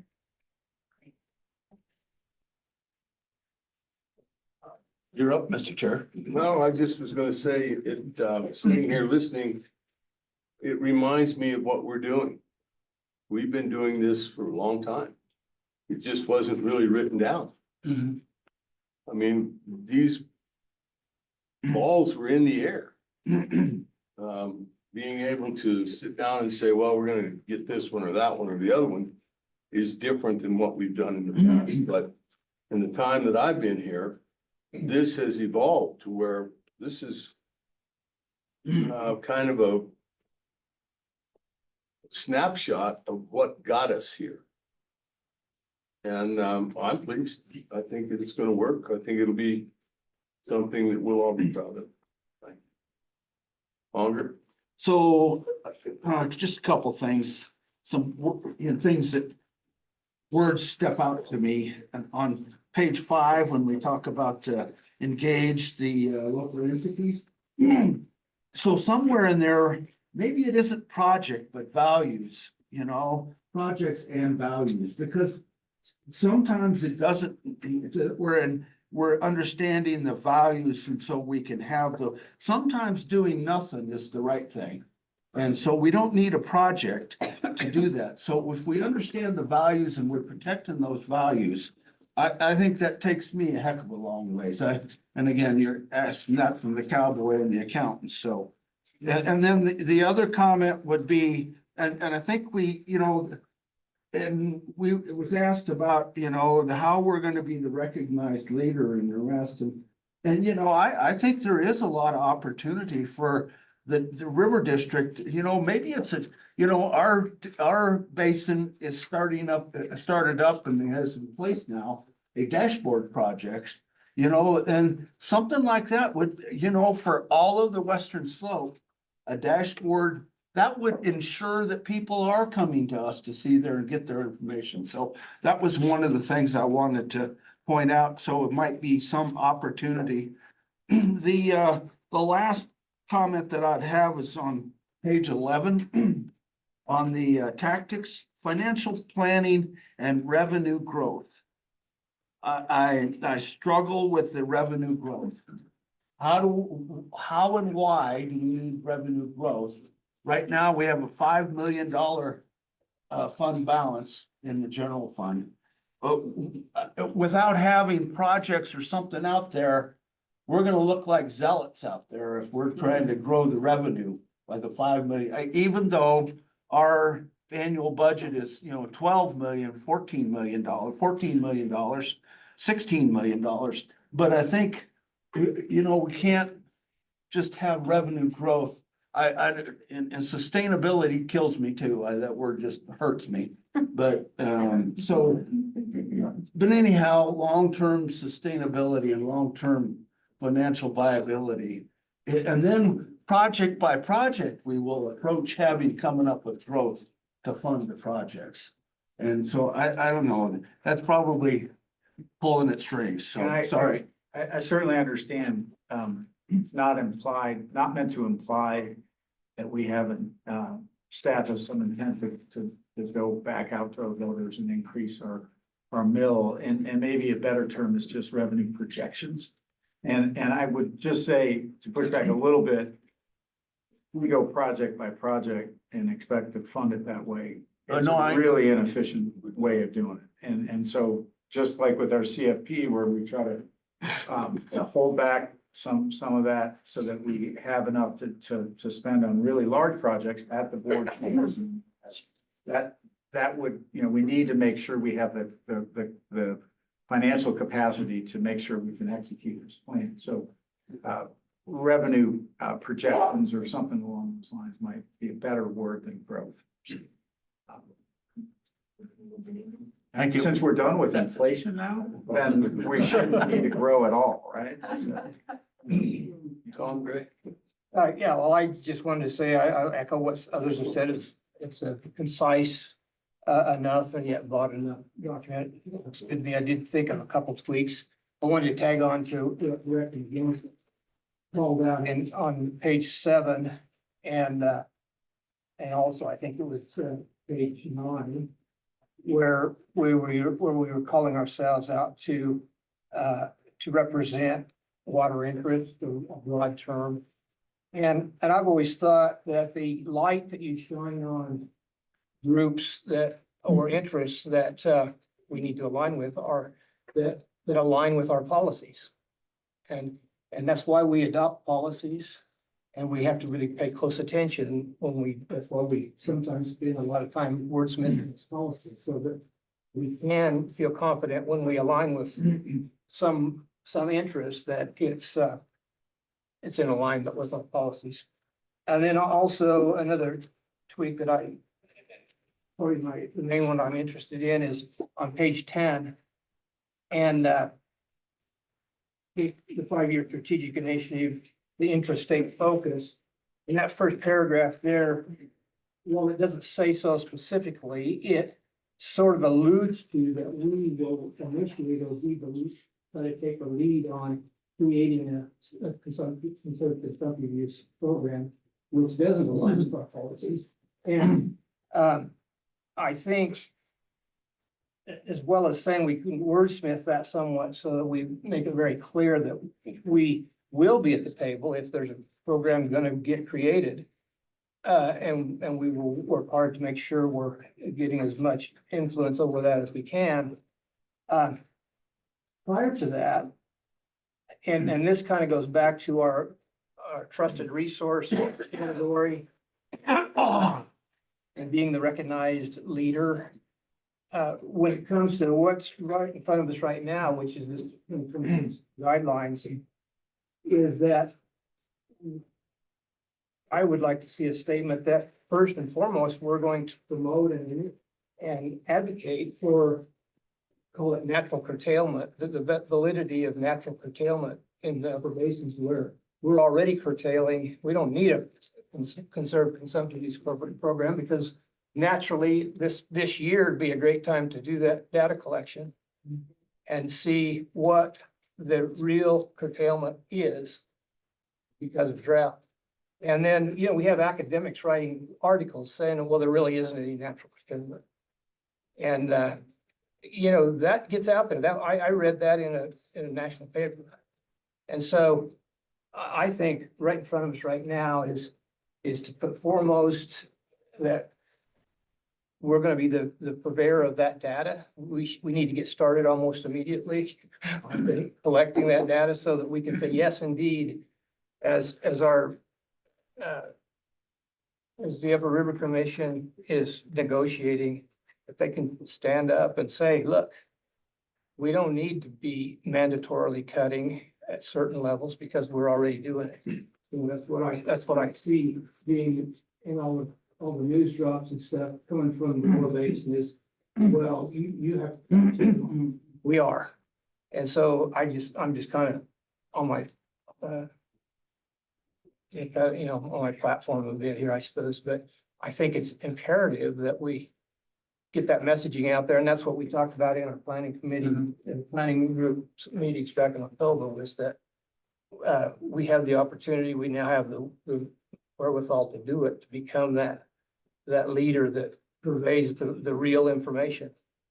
And that can be backed up by everyone from Senator Hickenlooper. I mean, his statement at lunch was, well, we're probably going to have to do some cutting here we need to ship him a piece of paper quickly. And now we don't have it, but I'm just saying. So that's, but anyway, it's we, I don't know if anyone else wants to chip in and disagree, that's fine, or agree. But I would like to see little tweaks on that paragraph. My comments are gonna be a little bit more generalized. They're gonna kind of flow in a little bit with what Tom was talking about. I think with our mission statement, we also are charged with, making sure, that compact piece is covered. I know for my county commissioners, that's one of the biggest things on their mind. Is making sure that the compact piece is directly addressed and looked at by the river district. And it can't necessarily be just through advocacy. It has to be through another mechanism. So however that might be incorporated, if it's incorporated, I don't know. But I think there should be some recollection to that because that is a big part of this district's job as well. The other one is there. I've been fortunate enough to work with some of the staff that have been here for over 30 years. And I'm fortunate enough to work on several projects that those staff did before they were even here. And I'm not familiar enough to know with the staff, what their capabilities or what their background is. But I know there needs to be an opportunity for River District staff to get in there and get dirty. Really get in on projects, learn and it's learning by doing. Advocacy is great and trying to work like that and to facilitate things. But there has to be a time where the River District maybe jumps in on a project and say, hey, we're gonna co-sponsor or be part of this thing or whatever it might be. Because otherwise there's gonna be a gap in that knowledge base. We're gonna be great at conversations, but not at practicality. And I wanna see us to get that practicality in our district, because I think that's gonna bring strength as well. Doesn't have to be everybody. But maybe a certain few individuals that can say, I've done that before. I can go in there and I can tell you how many yards of concrete we're gonna need to do, or how many pounds per square inch on a roller compacted dam, or whatever that conversation might be. So that'd be pretty much it for me. Otherwise, I'm really glad to see your report the way it is. Do we need to unveil our fleet of bulldozers that I've been hiding? Please. We're all gonna get instructions. But that's on how part to of drive it. development of land and water resources. That's all part of it. So thank you. Well, Tom does it. So, ladies, are you to a point where you feel good? I think I appreciate the direction and feedback. Certainly Audrey and I are available if folks want to send us any more specific recommendations or thoughts, please reach out to us. I think I can turn it over to Audrey to go through just the quick next steps of our plans leading up to July. Yeah, so I really appreciate the discussion and feedback from the board. I think we've also found a few minor tweaks that we wanted to do as well. And so we will work to incorporate the feedback and make some minor edits. But in general, in the substance, will stay the same. We will bring that back to the board in July, and I will likely send this as a separate document just to make sure that it's not missed within the packet as well, and give the board ample time to review and feel like they are in a good place. If you choose to adopt that in July.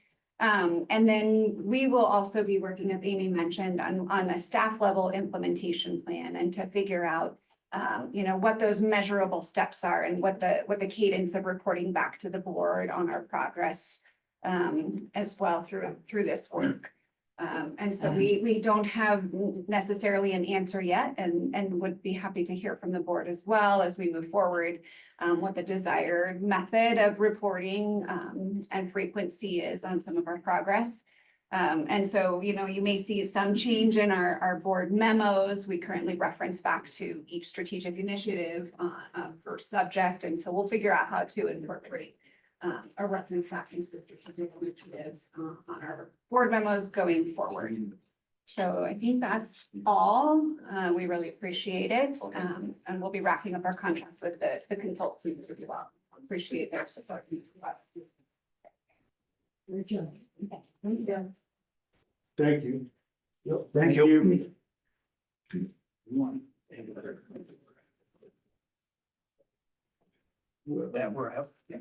a little break before we get into dams and all the things that go along with dams. Okay, Andy, are these bigger than Tonka?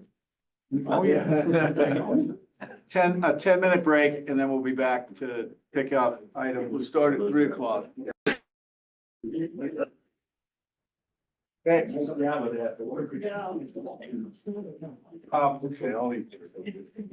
Mr. President, if item number 7 on the agenda is a presentation of comprehensive dam safety evaluation report regarding Wolfram Mountain Reservoir and the Bouchard Dam. Hunter Quasi, our chief engineer, is here to discuss it. Thank you. Hunter, you want to get started? Yeah, love to. There we go. Thank you, Director, for the chance to present on this. So as Andy mentioned, I'm going to be presenting on the 2024 recovery evaluation. I'll be referencing as a CDSC. I understand the board has a range of familiarity. Some of you, Directors Gray and we have Blake Martinez, but we're still working on it. There's a range of familiarity, but I'd like to use this as an opportunity to help folks get up to speed. So my plan is to talk through some background dam information, talk a little bit about the deformation and settlement history, talk about the comprehensive dam safety evaluation process. What does that mean? What does that look like? And then talk about the 2024 results and compare those to the 2020 results. And then lastly, I'll finish up with some next steps. Where are we going from here? I did want to point out for folks who haven't been to Wolfram before, this star on the map, that's an indication of where Wolfram Mountain Reservoir is. This is a more zoomed in graphic. The reservoir, about 4 miles north on Bunny Creek at Kremling. I put Kremling on the map because, to be blunt about it, when we're talking about consequences, they are concentrated in the town of Kremling. So a little general info on the dam. Another point here, we're going to be doing a tour of the dam in July. So this will be a good primer for that. The dam is about 1,700 feet across. It's about 140 feet high from the original stream channel to the crest. It includes the 600-foot long spillway section, and that includes the 430-foot long bridge. We have 3 ways of transporting water from the reservoir safely downstream. The first of those is an 800-foot long conduit. So you can see in that aerial photograph, there's a bridge that goes out into the reservoir.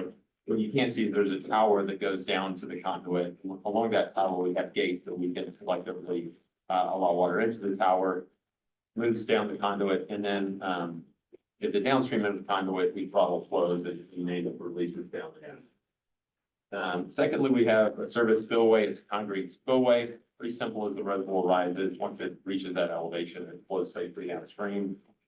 And then third, we have an auxiliary or emergency spillway. This is the spillway where there's the intentional design in there. They're called fuse plugs. If you have a truly massive flood, it would erode those fuse plugs and allow water to move safely downstream.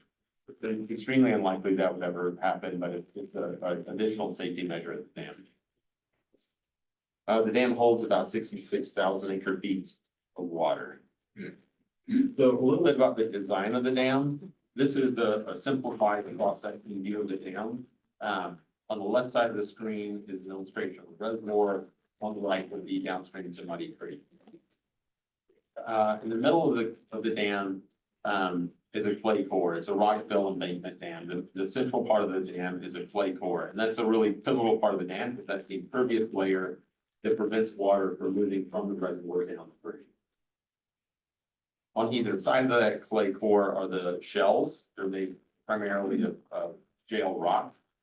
And then there's a couple interesting safety features for the dam. It's a relatively modern dam, and it's designed accordingly. The first one of the features that I'll talk a little bit more about later because we learned a little bit more about it in some recent laboratory testing, called a sand filter. It essentially works by becoming clogged if that clay core ever gets cracked or there's ever a pathway for water to get through the clay core. If that clay core starts to erode and that water hits that filter, it's designed so that the filter will clog up. It's almost a self-healing design of the dam. Just downstream of that filter is a drain system. So you can see here, it's where the location of the gravel drain is. So if water makes its way through the core, hits the filter, it goes through drains, and then we have a collection system that gathers any water and transports it safely downstream. As a side note, those drains are also a good way for us to monitor the dam. So every day, our caretakers, Kim and Jack, they go down and they look at the 4 drain rear boxes so that they can keep an eye on the dam, know if anything unusual has happened. So just as a side note there. And Is then, there usually water in that filter on a regular basis? that's a great question. We have seen in the past water from the drains. It's pretty typical for dams that have some sort of drainage. Over the years, that's gone to pretty much nothing. Every once in a while, we will have huge precipitation events, and we'll see water kind of seep through the dam, hit those drains, and then move downstream. But for years now, we really haven't seen any seepage related drain. Thank you. This is also a good illustration to talk a little bit about the deprivation. So I've put up here an illustration of the movement that we've seen. We've seen about 2.6 feet of vertical settlement and about 1.1 feet of downstream movement. That's at the maximum area of movement. I do want to point out this is not to scale, it's exaggerated. The dam is under 40 feet high, and 2.6 feet, if I did it to scale, just wouldn't really show up. So just want to make sure that isn't taken too literally. So as I mentioned, the dam has deformed more than expected. We expected about 1 foot of settlement, and it's settled closer to 2.6 now. How do we know that? Well, initially back in around 2008, Denver Water employee actually visibly noted it. And that was sort of the genesis of when we started to look into this. But the way we really know about it is that we have an extensive system of monitoring. I'm showing this map as a reference. It shows the location of our deformation monuments. So those are essentially just survey points. We have inclinometers, piezometers, extensometers. We keep an exceptionally close eye on this dam. Credits to Don Meyer for the years, actually decades of work that he's put into this. More recently, Sam Callahan has done a lot of work to automate and take it a step further. We could spend a tremendous amount of time on this. On a monthly basis, we send out a monitoring update to our constituents to dam safety. That monthly report includes 160 different graphics. I don't think this board has the time or patience to go through that. But I would like to just give you a little flavor of what some of that looks like. So I'm going to talk about just one point on the dam. This DM6 that I've highlighted here, that's deformation monument. It's a survey point. We have really good data for that. It goes all the way back to construction. And it's also where we've seen the most settlement. And that's what I'm showing here. This is a graphic of vertical deformation, monitor DM6. So over time, we've seen roughly 2.6 feet of vertical settlement here. And I've also come up with sort of a hypothetical example settlement in blue there. So that's what we would have expected to have seen. But we've actually seen significantly more settlement. I do want to point out that whole dam settled. It's very typical to see settlement. It's just that we've seen more than expected. So since we've learned about this, we've done a lot of monitoring, we've done a lot of work. And we've also done a number of risk analyses. Can I just, if you go back to DM6, one of the things we did, I think we would just make sure all of the board members are familiar with it, is in 2018, when we were at about 2.5 feet of settlement in the maximum section of the dam, which is that valley section, it's the tallest section. We added a layer to the top of the dam, and I just want to make sure that people are familiar with that. So it hasn't lost its full 2.6 feet in terms of functionality. And maybe if you could just touch on that, Hunter. Yeah, sure. Yeah, so the dam is settled 2.6 feet, but in order to maintain adequate freeboard so that if there's a massive flood, the dam doesn't overtop, we added a couple of feet to the top. That didn't really address the underlying settlement and deformation problem, but it did address an issue that the Dam Safety Office raised about maintaining that freeboard. Another interesting thing about this graphic is that you can see right around 2009. Before that, you were only getting data points every couple of years. And then you can see, since roughly 2009, there's just a lot more data points on there. That's where we started taking triennial surveys of the dam. It kind of reflects the increased attention we've taken. Fancy? So when you say deformation that's caused by the settlement, are you talking about the actual, the formation of the dam itself is being tweaked? Is that what you mean by deformation? Yeah, literally the dam has settled vertically. So it's become, the volume of the dam that's decreased, and we've also seen downstream movement of the dam. So that point that was originally, on the top of the dam, that point has settled down 2.6 feet and moved downstream about 1.1. Yes, I get that.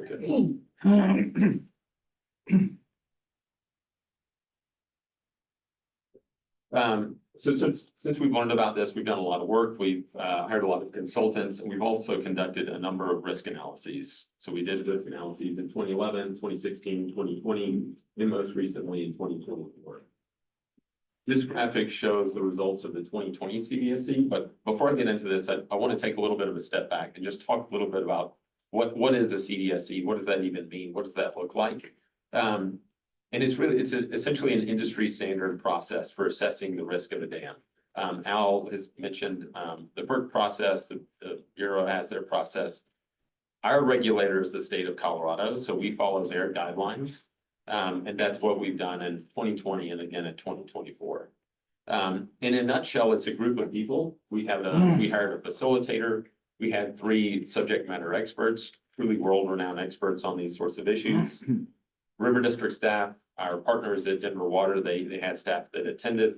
Dam safety was involved. You all come together and you assess the risk of the dam. And one of the first steps there is to get an understanding of the dam. So there's a document review process. For us, we compiled a set of 266 core documents that we had at our disposal. You review that information, and then you have what's called a PFM screening process. So I'll mention PFM a few times. It's potential failure mode. And that's essentially just the way that a dam can fail. And there are a lot of ways the dams can fail. You can have an earthquake liquefy a dam. You could have a massive flood that overtops the dam.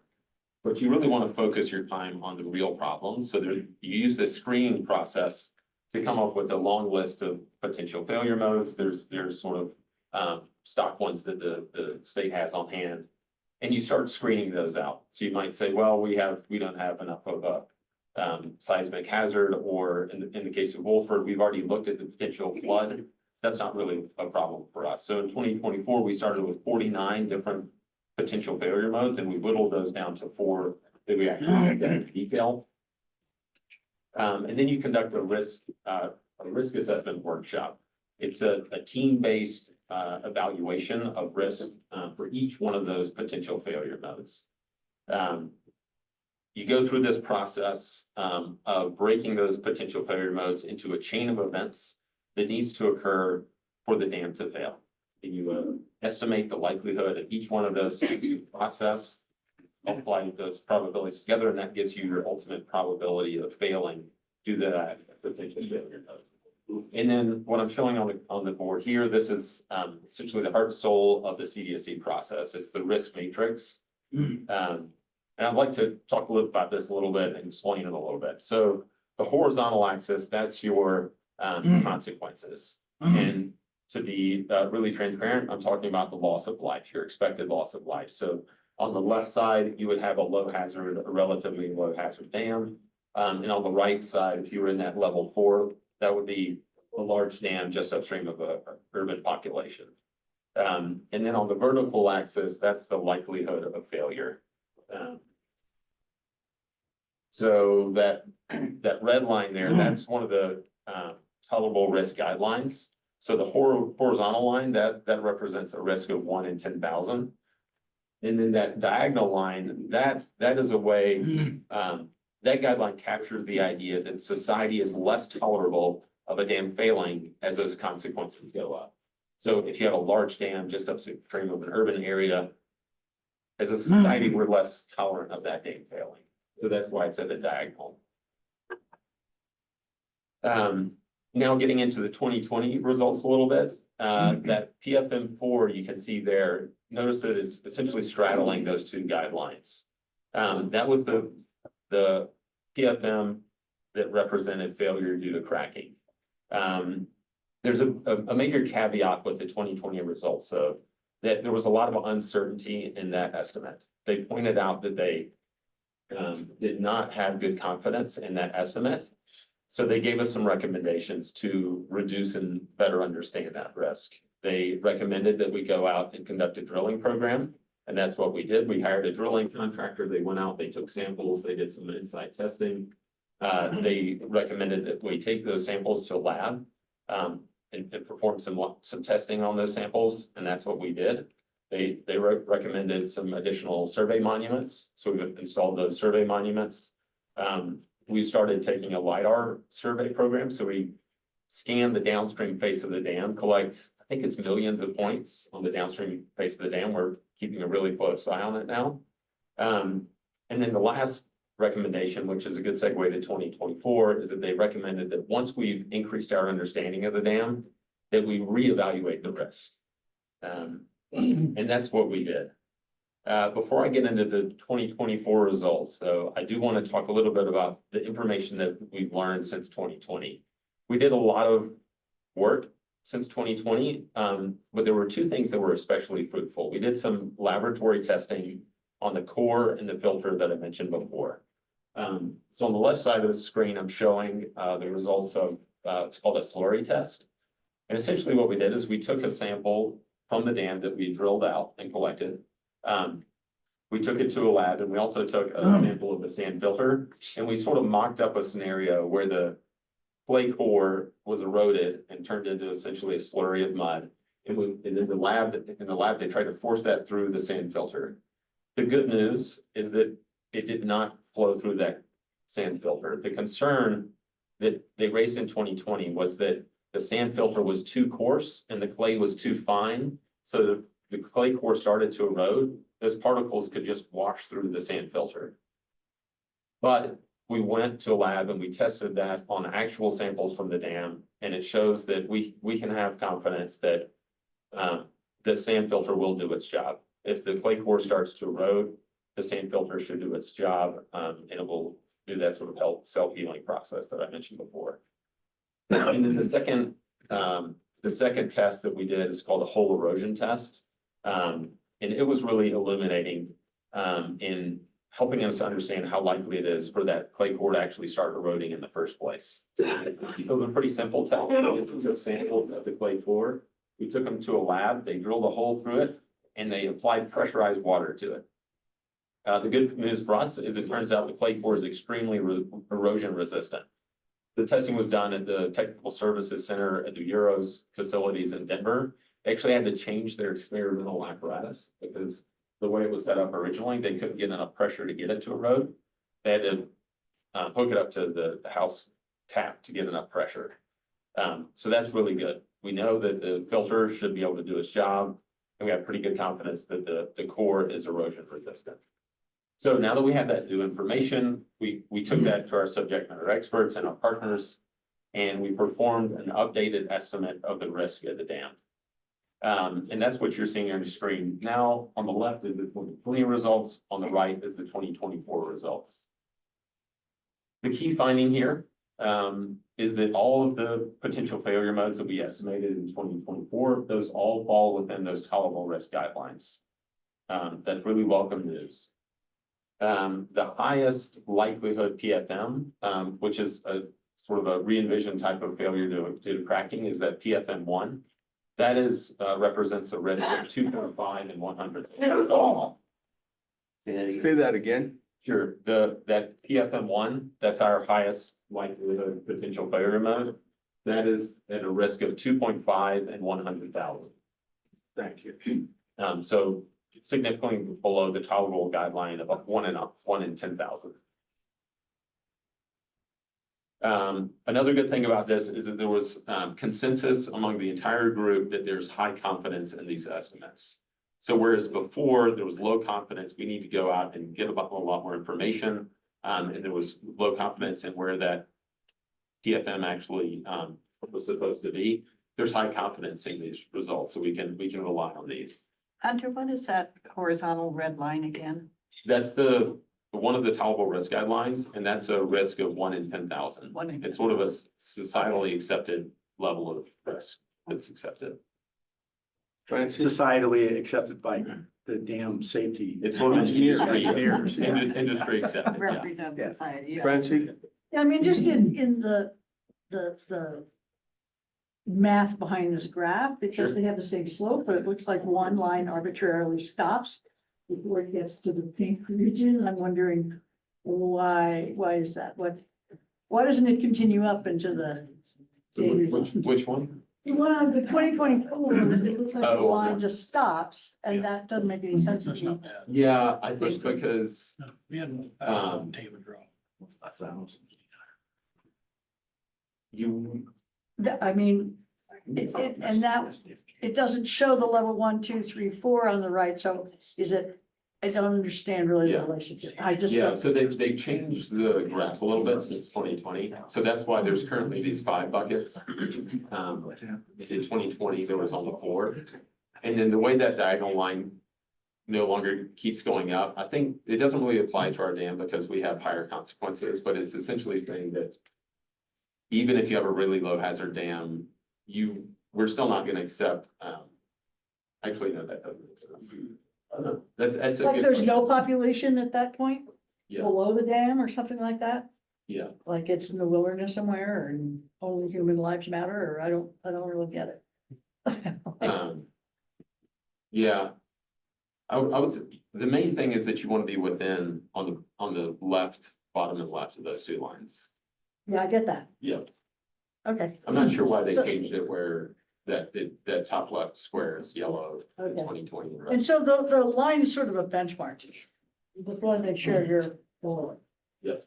And you're think that, confidently below that. I think the key with that upper left-hand corner is that's the state's revisions to their own CDSE guidelines, and that they're saying that even if you have no loss of life, if your risk of failure is so high, it is still unacceptable. Okay. And so that entire box is red because it is, the diagonal line doesn't continue because that entire box is unacceptable. Yeah. Really, the red line should turn right there at a 45-degree angle and Yeah, right. cut across, but I get I that. believe that was my understanding. of it. That's good, yeah, Yeah. that's accurate. Okay.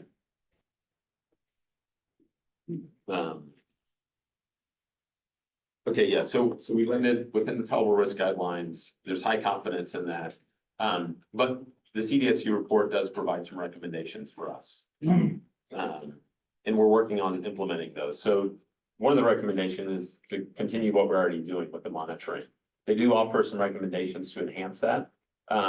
So Sam has been working on automating some of our instruments. Sam's also been working on using some coding to have automated alerts so that if we go outside of some thresholds, we'll automatically get emails. So that's been really helpful. The report also recommends that we do continued emergency response planning. And there's a recommendation that we develop a proactive plan for structural modifications in the event of some sort of major cracking. And that's what we're gonna be coming back to the board about, probably in the July meeting. Just be one clarification on that is we already have plans in place. If there's some sort of event, some crack, that's concerning, we have plans in place, emergency plan, emergency operations plan.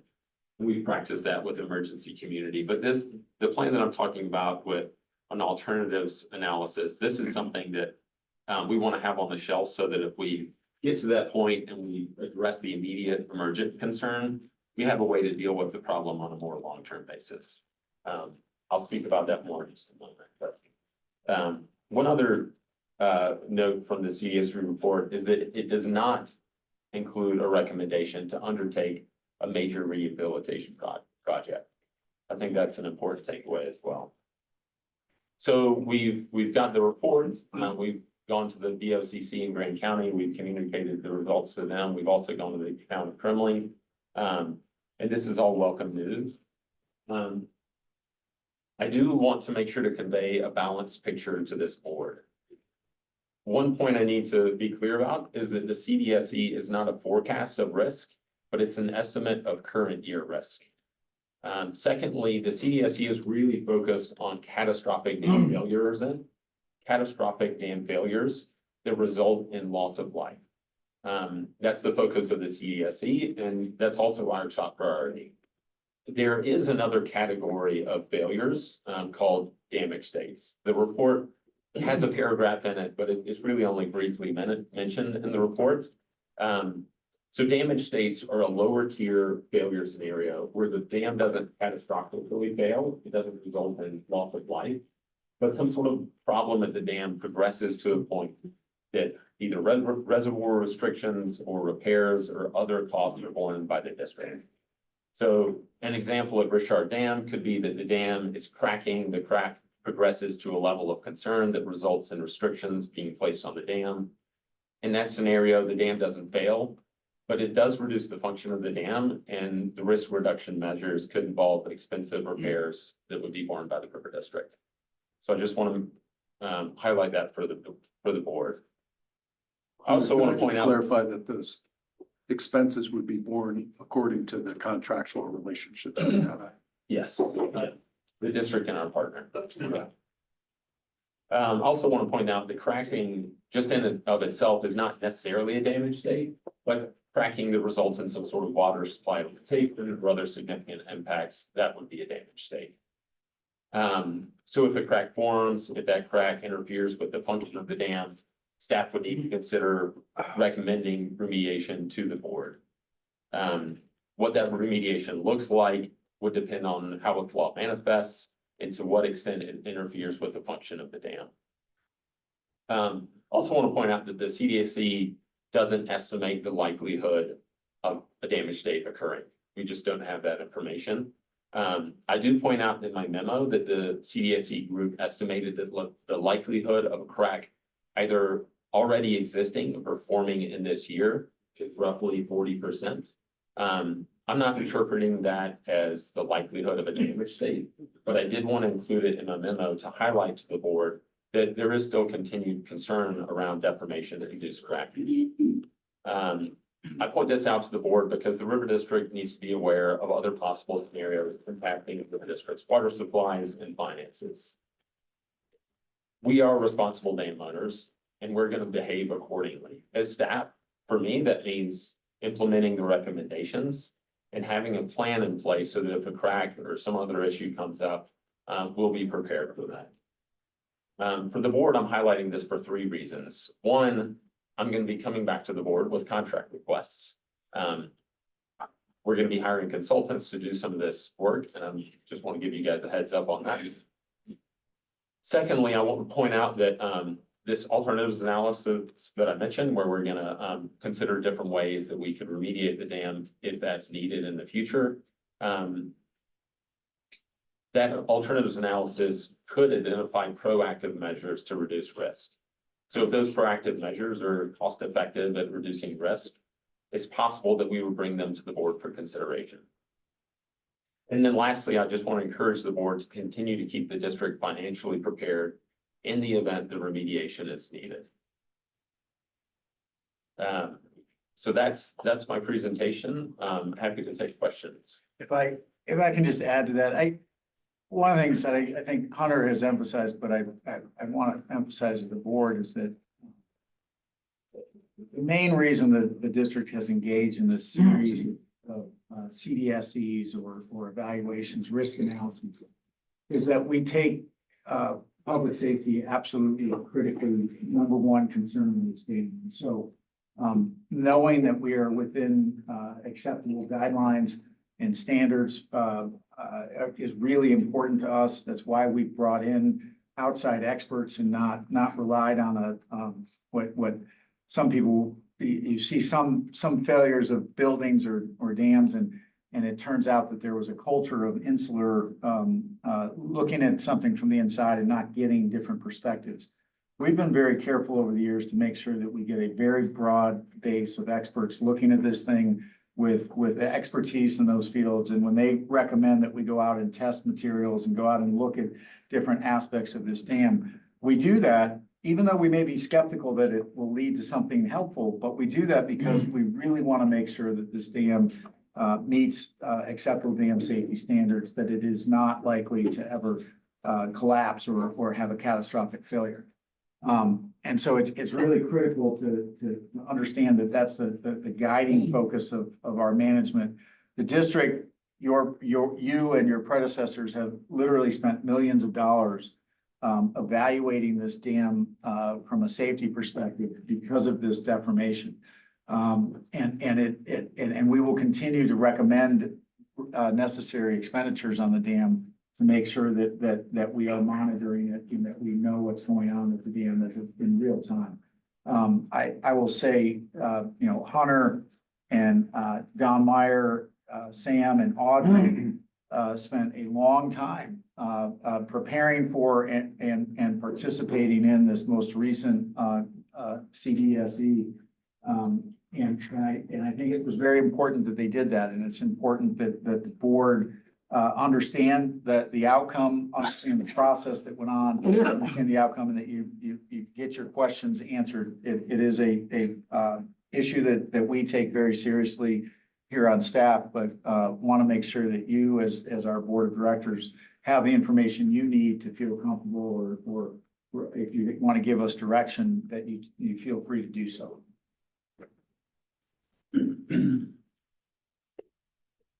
Okay.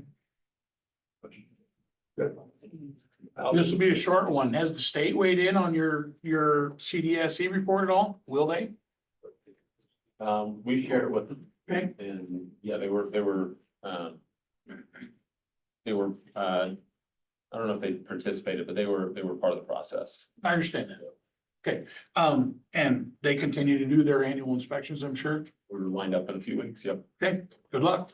And one other note, part of our operations, we send an operations plan to the state, and that includes a plan to fill this year, and they were fine with that. Good. So you're gonna all the way up. Fill and spill. And I will just say, Hunter downplays that if you read through the dam safety department's inspections on the dam, they repeatedly commend Hunter and Don and our team for being diligent, for exercising proper judgment, for doing the things that need to be done and they find that dam to be in amazing shape. And by the way, Hunter and Don don't get all the credit for that. We have a team out there of Cam and Jack who maintain that dam meticulously and are out there every day, including in the middle of the winter when it's 40 below and the wind's blowing, looking at the dam and making sure that it is not showing any signs of distress. So I have read all of those reports from the dam safety office, and Hunter and his team are doing a great job. It's obvious to see that it's a well taken care of project. That's pretty obvious. Drive by it, you can tell it. And they do take an enormous amount of work, but I will commit, I will read yours if you read mine. Okay, We'll call it a deal. all right. Francie? Yeah, I have a couple of quick comments. One is kind of silly. So when you pull those core samples out, Yep. refill the holes. It's magical. And then my other question is, so the amount of deformation, is that outside the norm? Yeah, actually, one note on that is in some cases, we take those samples and then we'll use that as an opportunity to install an instrument. So for example, you Oh, I install see, these yeah. two new inclinometers that measure the internal movement of it. Mhm. So, yeah. just a Yeah. little- Okay. And is the deformation outside the norm? You said most dams move a little bit or. Yeah, I would say, yeah, I think it's fair to say it's atypical. Uh-huh. All dams settle to some degree. All earth dams or all dams? Earth dams, yeah, all embankment dams settle to some degree. This one was expected to settle 6 inches to a foot, and it settled 2.6. Okay, thank you. Any other questions? Thank you, Hunter. Thank you. do one more thing with this item, so we have one request for the board. So the CDSE report includes a list of recommendations, including some high priority recommendations that they suggest implementing as soon as practical. Among those high priority recommendations is automating 2 additional inclinometers. So we currently have 10 inclinometers. 4 of them are automated, and 2 additional currently manually read inclinometers were identified. It's very important for monitoring the deformation at the dam, for understanding the deformation, because they're in locations that see the majority of the movement of the dam. So those are I1 and I5. Excuse me. So the request in front of the board today is to grant the general manager authority to purchase 2 additional automated inclinometers for installation by the district staff at I1 and I5 for a total cost of $57,000. Any questions? So when you say fully automated, it's sending a signal to SCADA and fully recorded there or what? Exactly. So we have data loggers that collect the data every 6 hours and send them to our servers. So that's what we use to automate alerts that tell us if we're seeing unusual movement. Okay. Are there action levels assigned with each one? There are, for certain inclinometers that were previously identified as critical, we have action levels. We probably will assign action levels for these 2 additional.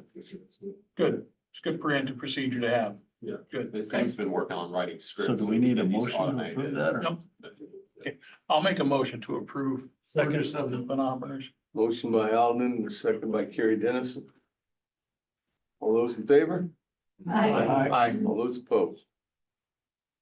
All right, go get it. Thank you. Thank you. I think that one for 16. All right, Mr. President, moving on to general manager's report. Want to just start with Colorado River interstate issues. My memo on this, which I think starts, pertinent section starts at page 245 out of 318 in your PDF packet. We're, as to be expected in any presidential transition or administrative transition, we are still waiting for some key appointees to be named and confirmed. Particularly the Assistant Secretary for Water and Science, who oversees the Bureau of Reclamation and the USGS, among some other agencies, is a position that we work with closely. That person has been named, but not yet confirmed. We expect that confirmation process in a week or 2 after the Easter recess, which the Senate is currently on. And so we would expect Ingrid Kavnicek to be confirmed from all indications. Although it is DC, so again, anything could happen, but she did serve as a acting assistant secretary during the end of the first Trump administration. Very competent individual. We're looking forward to working with her. We think that her reappointment will help the Department of Interior move forward with some of the commitments, move forward with analyzing some of the commitments that the prior administration had made with respect to funding on Colorado River drought issues. We're hopeful that it will include the Shoshone funding. We have yet to hear a person who's accepted the nomination for Commissioner of Bureau of Reclamation. That job has apparently been offered to 2 different individuals, both of whom declined to accept the nomination. You know, it's a bit of a job right now to try to get 7 states and 30 tribal nations and a few other water users to agree to guidelines operating those reservoirs. So I think it's a position, hopefully they will fill soon. They have the goal to have both those positions named and confirmed by the Memorial Day weekend. So we'll see if that actually happens. I will say David Colombo is the Deputy Commissioner of the Bureau of Reclamation. He's the highest civil servant in the Bureau. He's been there through numerous administrations and is a really competent individual who's running the Bureau of Reclamation right now with some guidance from acting assistant secretaries. And Dave does a great job, so it's not as though there's no one present in the Bureau of Reclamation, but they are, I will just say, Bureau of Reclamation is not immune to the cuts that are going on across the federal government in terms of employment. They have lost, at this point, my understanding from talking to some folks that we work with regularly, they've lost about 10% of their workforce that they had at the beginning of the year. Obviously, we work very closely with Reclamation and benefit from their work. So we have some concerns, but we're hopeful that the folks remaining there will be able to carry out those essential functions. The ongoing discussions with the 7 states trying to come up with a consensus agreement on the post-26 guidelines. Remember, those guidelines are just about how Howell and Meade operate in coordination with each other. The Bureau of Reclamation and the Department of Interior are required to have guidelines in place since the 1968 Act was passed by Congress. The current guidelines expire at the end of 2026. And I think everybody, if there's one thing people can agree on the river, it's that the default, if we don't replace those guidelines, the default in the 2007 guidelines is to go back to something called LROC, or the Long Range Operating Criteria that was created back in 1970. Those call for unrealistic releases out of Powell on an annual basis, and they would not function in today's hydrology. So I think everybody understands that that's not an option. In fact, when the Bureau did its early alternatives analysis last late fall, and then a more detailed in January, they came to the conclusion that those were not actually a viable alternative. So we really do need to find a new set of guidelines that work. The alternatives analysis, interestingly enough, that was done, made public by the Bureau of Reclamation, did not include either the alternative proposed by the upper division states or the proposal from the lower division states. They said in bureaucratic ease, they said that neither of them met the purpose and need of the action under NEPA. I think that the upper basin would argue that theirs clearly meets the purpose and need. And I can tell you the lower basin sent a very lengthy letter that we talked about briefly in January to the Secretary of Interior, the new Secretary of Interior, saying, hey, we believe the lower basin states alternatives meets the purpose and need and needs to be modeled. My understanding is that the current administration does intend to redo that alternatives analysis, but they are still asking the states to come to a consensus proposal that all 7 states can agree to.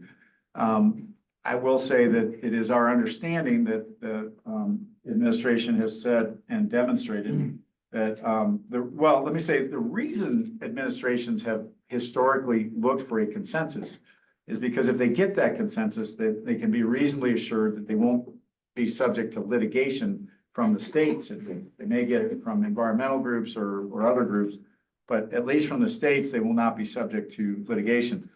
This administration has made it clear that they're not afraid of litigation, and so if the states can't agree, they're probably more than happy to impose their own vision on how the river should be operated. That it may or may not be better than letting the Supreme Court decide what happens, right? So we have to remember that creating your own solution from a consensus is always better than allowing somebody else to create it for you. So we're hopeful that that will happen. The states are meeting about every other week right now in person and engaging in dialogue. Our understanding is there has not been a lot of progress made since the last time this board met in January. There have been a few cracks there, but we're hopeful that it will happen.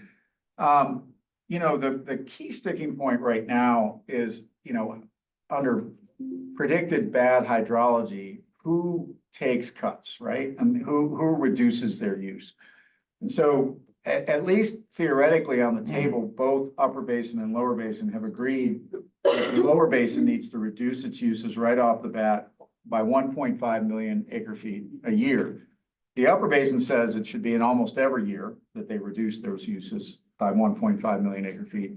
The Lower Basin says, no, only in really, really dry periods do we reduce our use by 1.5 million.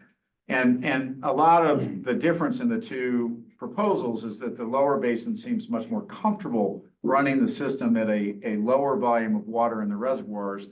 And we view that as leading to crisis management, right? So if you keep the system in a constant state of crisis, then it's one emergency after another, which should feel familiar to anybody who's been following the Colorado River for the last 20 years, because that's what has been happening. So the Upper Basin proposal really is a proposal that is trying to refill the reservoirs, both Powell and Meade. But in order to do that, you have to have greater reductions in use. The Upper Basin says, look, given the disproportionate use between the Upper Basin and the Lower Basin needs to take the substantial hit to that. And they have to commit to much greater reductions. In fact, up to 3.5 million acre feet in reductions under really dry conditions. And then the Upper Basin has said, well, we are interested in participating in reducing our uses when we can, but we would do it because of the difference in the way the river is managed. We would do it under under a voluntary temporary program or a voluntary and compensated program by our water users to engage in something called conserved consumptive use. That board has talked a lot about that, demand management, system conservation, whatever you want to call it. The Upper Basin state said, hey, we'd like a conservation pool in Powell of approximately 200,000 acre, or that we could store up to each year, up to 200,000 acre feet of water produced by either a demand management type program and or tribal forbearance of water rights that have been decreed and used. The Lower Basin says that's not enough because you're not actually committing to those reductions in a way that can be relied upon, because it requires all sorts of voluntary compliance in that program. They also say it's not a volume that's sufficient to help balance the river, and they would like, beyond the 1.5 million acre feet use, both the Lower Basin and the Upper Basin to reduce their uses mandatorily 1-to-1. So if the Lower Basin reduces their uses by 1 million acre feet, the Upper Basin would have to do the same thing. As I point out in my memo, the problem with that kind of concept, there are lots of problems. Disproportionate use right now. So if they're starting from where they are today, we're talking about a much higher percentage of our water users would be without water if in fact our state actually had the authority to mandatorily curtail our water users. But beyond that, it gets to the point that our state does not have the authority to mandatorily curtail water users in the state of Colorado on the Colorado River unless there has been a proper implementation of a curtailment under the compact. And in order to do that, you have to have a finding by the UCRC, the Upper Colorado River Commission, that in fact we have violated or we are likely to violate our non-depletion obligation at Lee Ferry. And if we were going to do that, then the Upper Colorado River Commission has the obligation to assign volumes of reduction to each state, each of the member states in the upper division states. Once those numbers are given to, for instance, the state of Colorado, our state engineer then has authority under our state's laws to mandatorily curtail water users to produce that amount of water at the state line. We can't mandatorily curtail water users outside of that scenario. I guess if the Supreme Court ordered it, that would be the other way it could happen, but that's about it. So the Lower Basin seems to have a very hard time understanding that concept because back in the 1920s in order to get the Hoover Dam built, they all gave up a whole lot of rights and entered into contracts with the Department of Interior that contain clauses that allow the Department of Interior, the Secretary, to reduce their uses in times of crisis. Our ditch users, for the most part, do not have anything like that with the Secretary of Interior. No one up here ceded authority to the Secretary to become the water master of the Upper Colorado River. So that's the fundamental difference. We have spent a lot of time with our state and trying to talk to the lower basin about why we can't do that and how differently it functions. But the other part that's really hard to get across to the lower basin is this concept of hydrologic shortage and natural curtailment. The reality is that in any given year that's dry, we have somewhere around 30% of our water users going without their water. And it's not water users, it's 30% reduction in consumptive use occurring somewhere in the basin. This year, I would tell you, it's looking like we're gonna have a lot more than 30%. And because of the snowpack and the hot spring that we're experiencing. And if, I guess there's a possibility that we'll have some amazing snow in the next couple weeks, but absent that, we should expect our natural curtailment to be very high. People who are on tributaries are either never gonna see the water materialize physically, or they'll be under call the minute it shows up because someone downstream has a senior right. Not to point fingers in Uray County's direction, but those things happen in those those tributaries. So how do we get that across to the lower basin to understand that? I think we've been trying, the state's been trying. It's a really important observation to know that our water use does in fact fluctuate.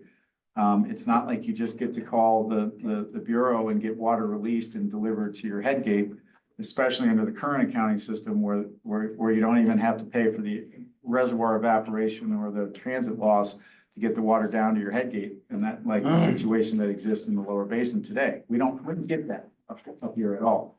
We have had representatives from the state of California. We've had the Central Arizona Project Board. We've had newspapers from the lower basin states come up and try to help them understand the situation. We're happy to continue to do that. That's kind of an educational campaign outside of our district's boundaries, but I think it's really important to do that. The incoming administration officials will also need some of that education. It's not, it isn't intuitive to understand how this works in the river. So I think, let me pause there before I move on. Are there any questions on the interstate situation? I don't know if it's so much of a question, Andy, but as I've been following this as well, I've heard a disturbing comment come up about who would be the sacrificial to go should the state decide that they've got to do some curtailment. And again, I heard the Yampa White Basin come to the front lines, and I heard that 3 times from individuals, and I'm like, the heck is this conversation going? I mean, the Basin Roundtable's talked about it for a long time. We are junior, we get it. But the IBC's taking it up, the River District's taking it up. I mean, my board's taking it up, the county's taking it up. I mean, I can't tell you how many people take it up, but here we are. Is that part of the conversation again coming about to where they're looking at us being the sacrificial lamb because, well, you're just the youngest, and that's prior appropriations doctrine?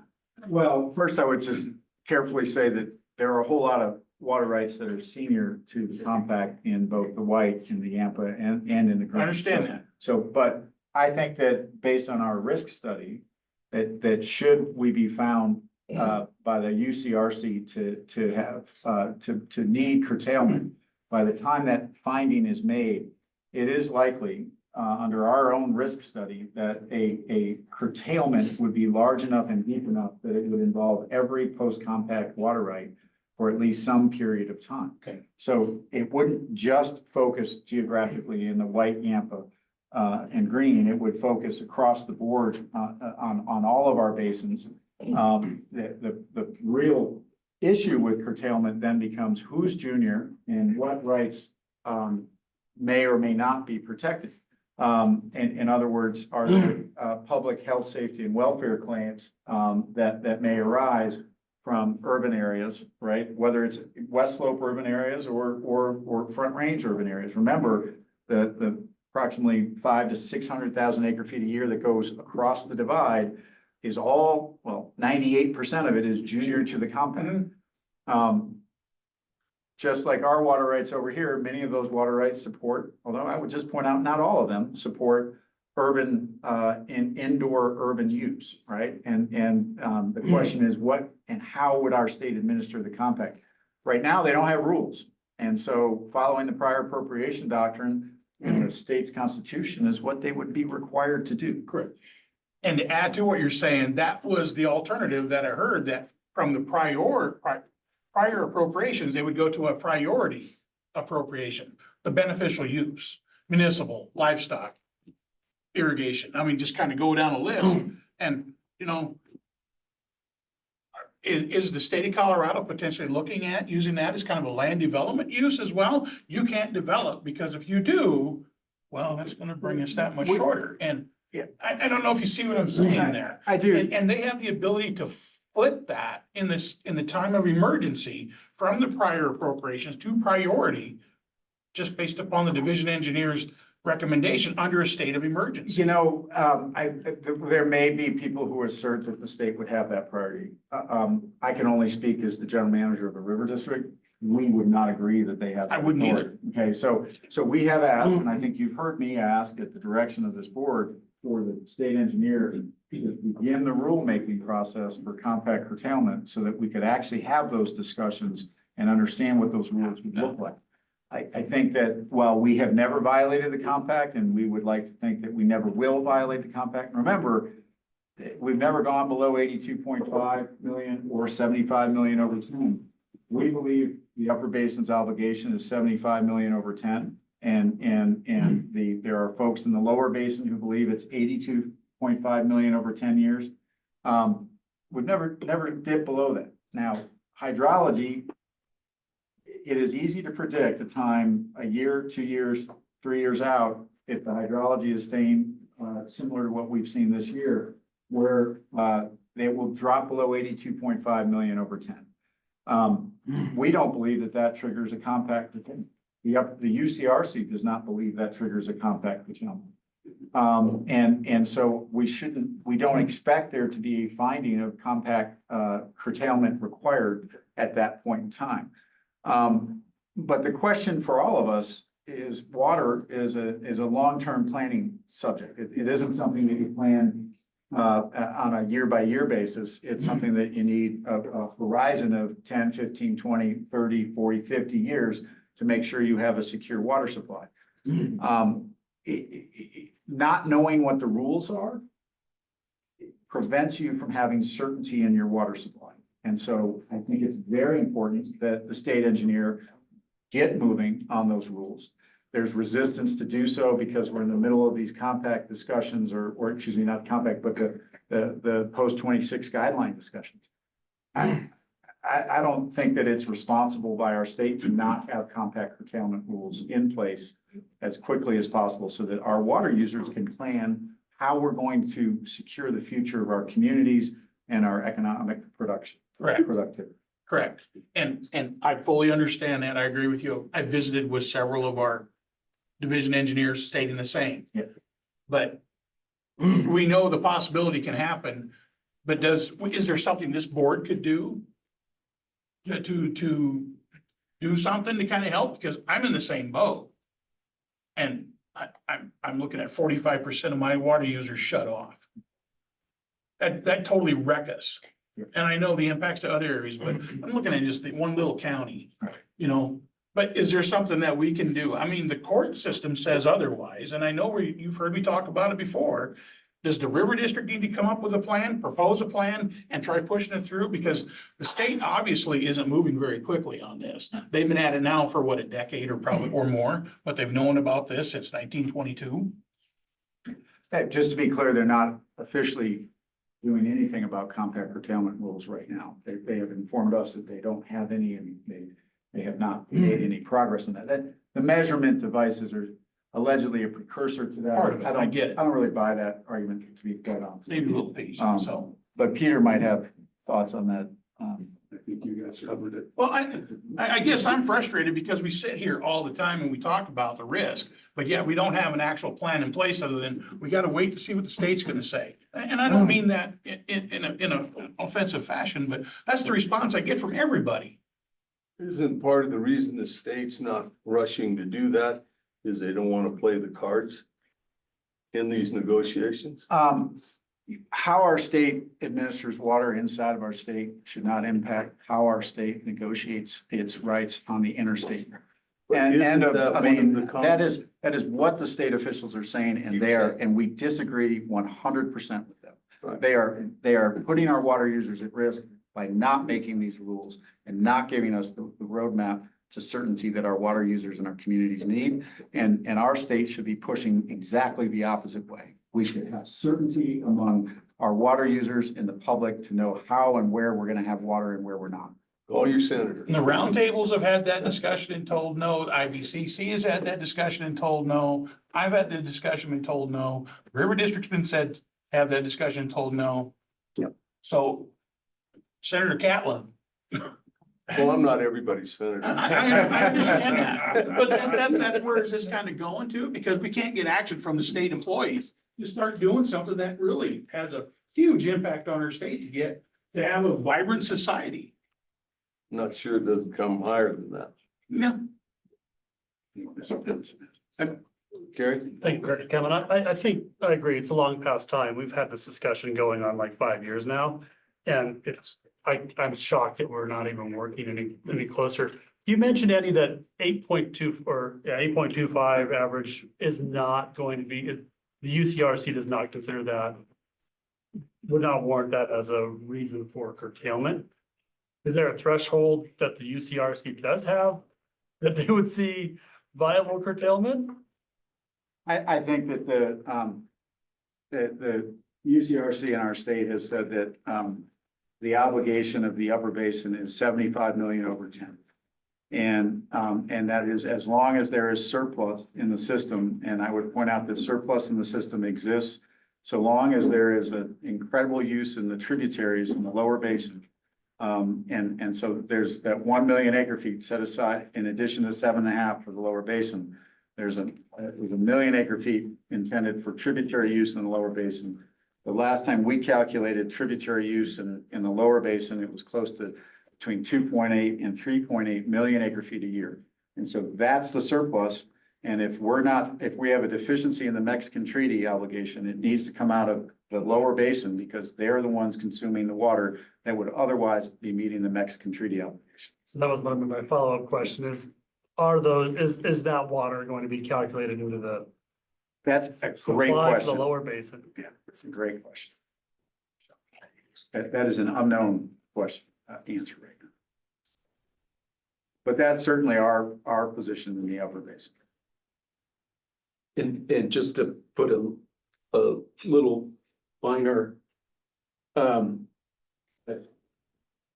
point on the, what I understand to be the position of the state of Colorado and Upper Colorado River Commission is, yes, the compact obligation is pegged at 7.5 million, 75 million acre feet over 10 years, not so annual obligation in the compact itself.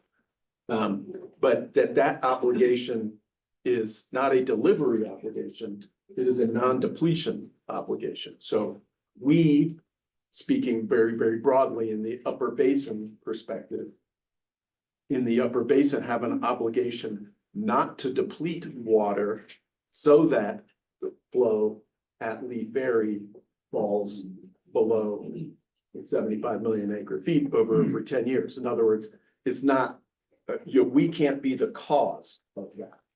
The position, as I understand it, is, and there's good reason to assert this position, is that because we have not come close to using our annual consumptive use allocation, which is close to 7.5 million acre feet in the upper basin, that we by default cannot have been the cause of, or will not be the cause of the flow at Lee Ferry dropping below 75/10. If in fact, the reason that the flow has dropped that much is because, not because we've exceeded our 7.5 million acre feet, but because Mother Nature simply hasn't provided the flow. So it's a causal inquiry that the compact triggers. Now, that's a legal interpretation, obviously, and the lower basin clearly does not agree with that. But, you know, that when you have to sort these things out, people have to assert their positions in order to get cards on the table before an agreement can be reached. So whether that issue gets resolved or not, probably unlikely on the legal side. It could be resolved or at least pushed to the side if there's otherwise an agreement amongst the basin states. One other point I just would make real quickly is that long-serving board members might recall me taking the position that yeah, it'd be nice to know what compact rules are, but why ask for it? Because it's just gonna breed controversy. It's just gonna cause intrastate controversy within the state, and maybe even within West Slope basins. Because there's no, you know, how do you sort the priorities within the respective West Slope basins? That was years ago. Times have changed. We're closer to, you know, the crisis on the river has caused heightened concern, and as Andy points out, knowing, or at least knowing what that playing field will be, will allow water users to prudently plan. It may come with controversy. It may come with strife. It may come with litigation. But at least we know instead of it being plopped down in front of us. So I'm a lot more on board with it, with the concept that state engineer regs and knowing what those are is going to help folks more than it's going to hurt them. Scott? So very briefly, Andy, help me. I don't really understand the Native American rights and how they would play. It seems the tribe's been a lot more aggressive about, hey, even if we're not using it, we have to be paid for somebody to issue, et cetera, et cetera. So how does that play? And if all of a sudden we end up with curtailment, I mean, tell me more than Native American rights. Well, you know, in our state, we have two tribal nations, the Ute Mountain Utes and the Southern Utes. They both have water rights that date back to the date of the creation of their reservation under federal law. So 1868 water. Right. There have been some modifications in that in water rights settlement agreements made by the tribes with our state and the federal government, where they forewent some of the priority of their water in order to get physical delivery of water. The Dolores project is a good example where the Ute Mountain Utes have a really impressive farming operation outside of Towalk. In fact, I would encourage anybody who's interested in agriculture to go look at it. It's one of the most sophisticated ag operations in the state of Colorado. In order to get that water delivered, they had to take water under the Dolores Water Project priority, even though their water rights date back to 1868. That is why the Ute Mountain Utes only got 10% of their allocation in the water in, I think it was 2021 or 2018. They only got that because they had foregone their original appropriation for part of their water rights. That being said, they still have significant water rights, both tribes, that date back to the original date of the creation of their reservoir. A lot of that water remains unused and is in the system. That water is not, to my understanding, and I'm not an expert in the administration of the rivers in the Southwest, but there are, you know, a vast majority of that today just flows down into Lake Powell and is then passed through the Glen Canyon Dam and utilized by lower basin water users. The issue has come to a head, Scott, recently because with the federal government paying lower basin water users to not use water. Yes. The tribes have said, well, whose water are they getting paid not to use? Because we're not using our own water and we're not getting paid for it. And so that's where that discussion has come up, and frankly, there's some pretty understandable concerns by the tribes on that issue. You know, the inability to physically use that water for a lot of the tribes, not just the two in our state, is rampant. And it has to do with Bureau of Indian Affairs trust obligation to the tribes and their failure to meet those trust obligations. It's a complex issue, so it's out there, but those water rights that the tribes hold have been calculated pretty reasonably and reasonably agreed upon, that it's about 25% of the flow of the Colorado River that those tribes have a right to. And so a lot of that's, and there's somewhere around 40 to 60%, depending on how you calculate it, that's not being used by those tribes. So some tribes have taken the position, and some of our board members will remember, we went and visited the Fort Mojave Indian tribe. Chairman Tim Williams decided he would go do everything he can to put that water to use, so that when someone wants to start paying people not to use that water, he gets paid, his people get paid. A very savvy business person, frankly. Maybe not great public policy to create more alfalfa fields in the middle of the Mojave Desert, but that, from their own perspective, because of the way the feds have been rolling out these payments, it totally makes sense. And so how does the system accommodate those tribes? One of the proposals from the Upper Basin in that conservation pool was the one that we're used to, that conserved consumptive use program, and that has all sorts of implications for our water users. But the other that the Upper Basin state suggested was, you know, there's a lot of decree entitled water to settled water in the Upper Basin tribes that they're not using, and so they're deferring the use of that to a future point. And remember, tribal water is different than your standard Colorado water rights. They don't have the use it or lose it doctrine applied to their water rights. So those water rights are sacrosanct as of the date of the creation of the reservation. That water, if they were paid, could be stored into a pool in a conservation pool in Lake Powell that could then be utilized by the Upper Basin to protect the Upper Basin from the impacts of compact curtailment, or help Bureau protect its infrastructure, you know, help manage the river in a way that the tribes in the Upper Basin would agree that it should be done. It would give, you know, some leverage there. And so that's the discussion I think you've seen and heard. I think it's important for us to continue to pay attention to those issues. Yes, thank you. All right. Well, great. If I can just move on to Shoshone.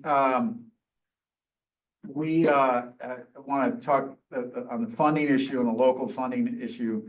We now have 29 entities who have committed funds, coalition partners. It's really impressive group. The most recently, the city or the town of Newcastle has formalized its commitment of $100,000. It is really impressive. We have a number of additional local government entities that we are either waiting for their commitment because we've already talked to them, or will be talking to them further. So we're not done collecting local commitments. We are waiting for the federal government to analyze the award that we received under the previous administration for the $40 million. We're hopeful that given the sense of the project and support for it, that it will knock loose here relatively soon. But remember that we don't have to have the funds committed to this project until the end of the change case. Okay, and so just to maybe go into the process a little bit of an update as to where we are, and is that we are initiating in May the CWCB in-stream flow agreement process. There is a meeting on the, I believe it's the 21st and 22nd of May, and we're not sure which day of their agenda it will be on, but we intend to submit an offer letter for us to offer to the CWCB, the use of the Shoshone water rights for in-stream flow purposes. That kicks off a process at the Colorado Water Conservation Board. It's a 120-day process. Assuming they have to have at least 2 meetings before they can accept that offer. Any party has the ability to file a notice that they want a contested hearing. Given the size and seniority of these water rights, it would be anticipated that we'd see somebody, at least somebody, if not a whole bunch of somebody's, file a notice for contested hearing. CWCB will appoint a hearing officer and that will govern that process. It is likely we would anticipate that hearing either at their September meeting or at a special meeting that the CWCB sets up for the purposes of that meeting sometime in the fall of this year. Provided that outcome at the CWCB is successful and they agree that they accept that offer from us, we would then jointly with the CWCB, ourselves, and Public Service Company of Colorado and go file a water court application in Division 5 Water Court for the change to add this use of in-stream flow to the existing right. That process could easily be a year or 2 or more, depending on what kind of progress we make before filing the case and during the case with those who are potentially opposed to it. So we've got some time before we need the full $99 million commitment, but we're quite confident and will continue to move that way. I will just say Congressman Hurd has been very helpful since coming in trying to help us shake some of that money loose. And we really appreciate his efforts. Scott, I appreciate your efforts in getting us together with some other folks to talk about the greater support for that effort. So it's really I think we're making progress. We do have some frustration over our historical use analysis with the Front Range. We're waiting for them to inform us as to how our exercise of the proposed exercise of those water rights would actually injure them. And we understand that they don't think our analysis is complete, but we don't quite understand where their injury might lie. We believe that that's a determination that the water court and solely the water court would make, not the CWCB. So we will continue to push that way. So that's where we are on Shoshone. I don't know, Amy, if I've left anything out? Nope. Okay. Any questions on Shoshone? All right, hearing none, we'll turn to Don and Sam for our Colorado River Basin hydrology reports. Folks want to come on up?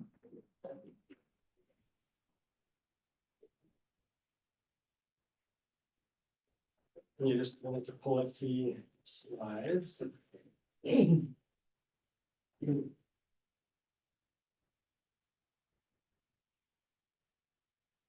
For squeezing us in, I don't have to work on it tonight then.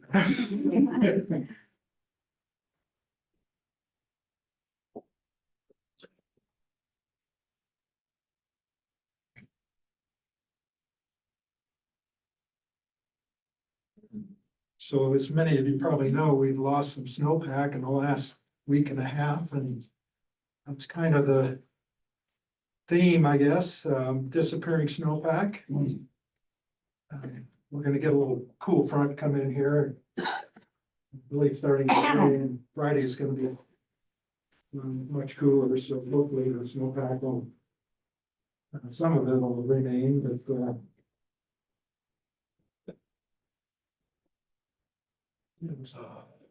hold up our presentation here.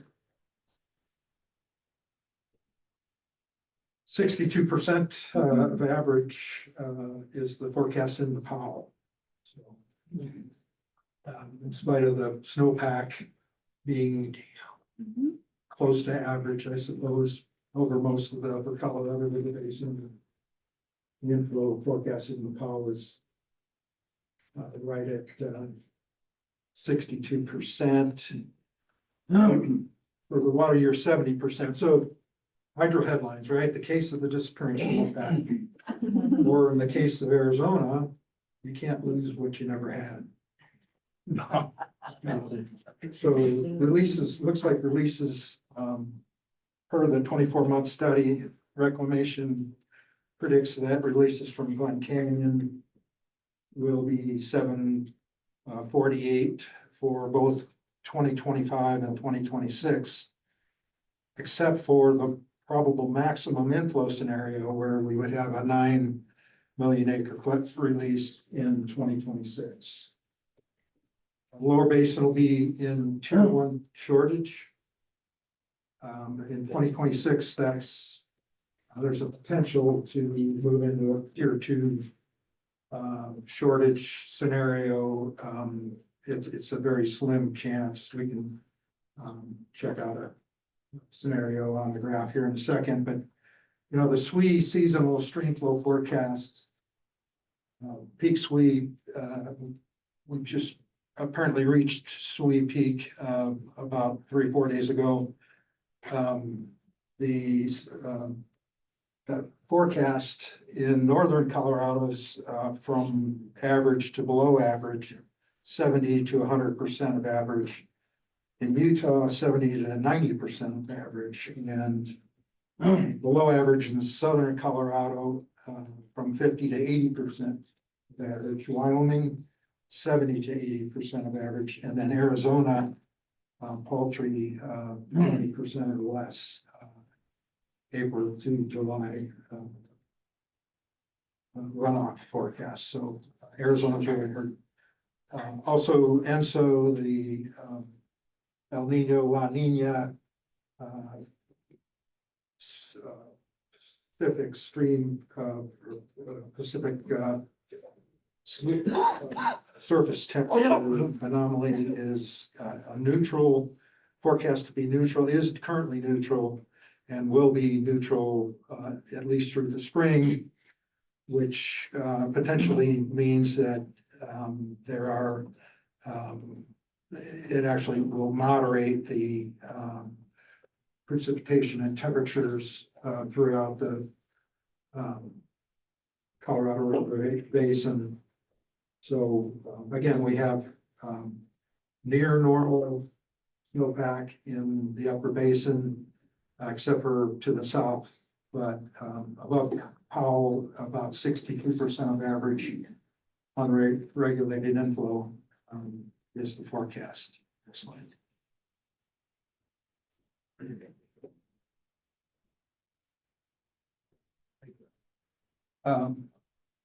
So this is a slide that we've shown in the past.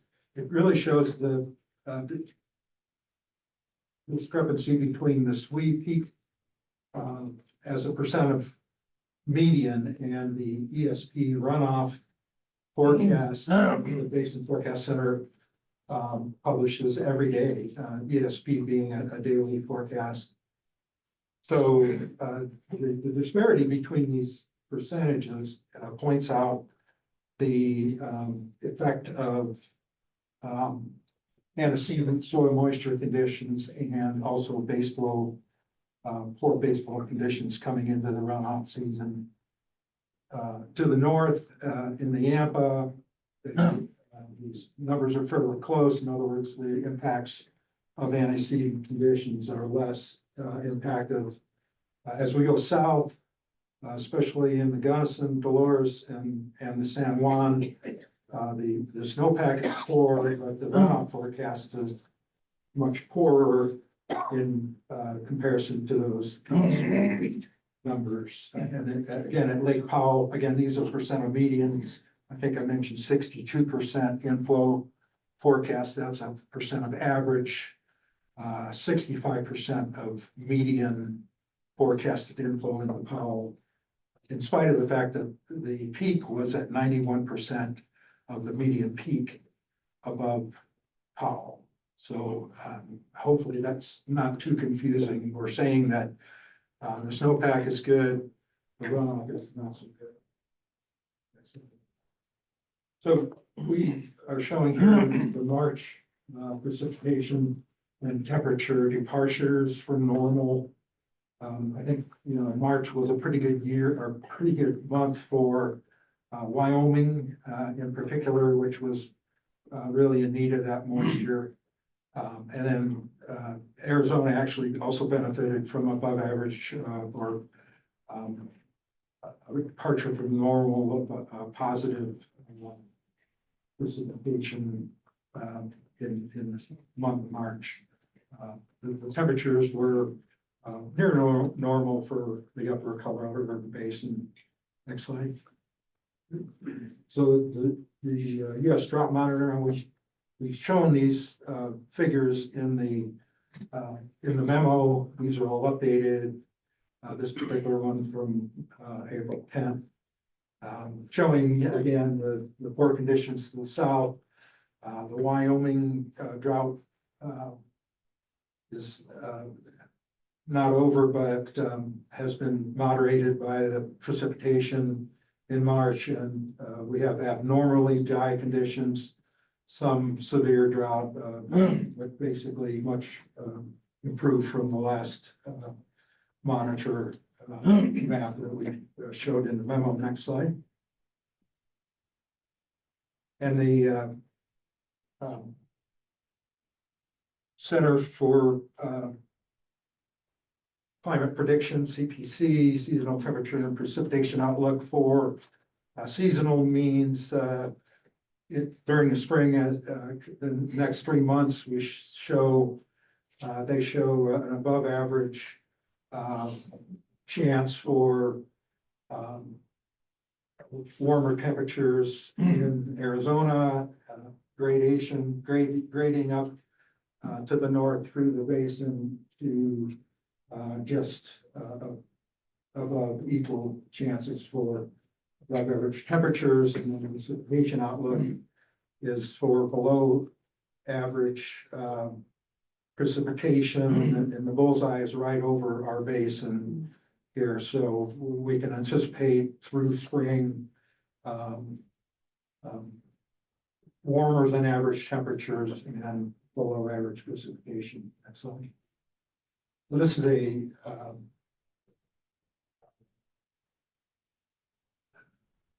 concept here to show the evaporative potential, looking ahead 2 months and then 3 months on the right. We can see that the drought categories are much worse to the south and much better to the north. Arizona, New Mexico are set up for extreme conditions in terms of evaporative potential. So we showed this slide, I think, last in January. We have the end of basically fall of 2023 soil moisture conditions in the inset, and then the main map shows the fall of 2024, November of 23 versus 24, and we can see the differences are subtle, but not so subtle as I guess in the southern Colorado, the state of Colorado, but not much difference down south. We have very poor antecedent soil moisture conditions throughout New Mexico and Arizona. And then I believe there's another. And so the soil moisture is not so good. The runoff forecasts are shown here in triangles, and the polygons are modeled snow at the River Forecast Center in Salt Lake City. So you can see the distribution of modeled snow. It's not certainly not based on snowfall information here. There may be some calibration on that, but this is a model that takes precipitation and temperature and builds the snow and melts the snow. Again, to the south, very poor snow conditions. The runoff forecasts and triangles are better represented in the next slide, which shows sort of a left to the right. That's a north to the south runoff forecast. Again, I tried to emulate the colored pattern in the map, but each set of two columns represents a March 1 official forecast. And the right side is the April 14th ESP, so that's a daily forecast from yesterday. So we can see kind of a trend happening here, but the big winner here is Fraser at Winter Park, which has, the runoff forecast has decreased to 107% of average. If you look up at Flaming Gorge into Wyoming, not so good. As you go south into southern Colorado, the percentage of runoff, the forecast runoff is more like 80%, 90 to 70%. Then looking further south in the Dolores, the San Juan, Lake Powell, those are all between 50 to 70%. And then again, Arizona at Salt Verde and Gila are below 20% currently. That's the runoff expectation for those Arizona contributions to the Big Basin water supply. Next slide. So here we have the disappearing snowpack. This is the a suite of, I think, 117 snow tell sites above Lake Powell. And you see that we've had this sell-off, if you will, in the last week and a half. So we reached our peak SWE snow water equivalent value about a week and a half ago. And that peak is, I believe, 76% of the median. So overall, in the upper basin, the snowpack conditions are not normal. Okay, so, but again, the runoff is 62%, predicted to be 62% of average. So again, it's due to these antecedent conditions. Next slide. This is a graph of the same data from the River Forecast Center. And it really shows that there's unprecedented snowpack, these time series snowpack SWE traces. This program has the ability to find similar years, and these years that we've graphed here are similar to this point, but dissimilar going forward. Next slide.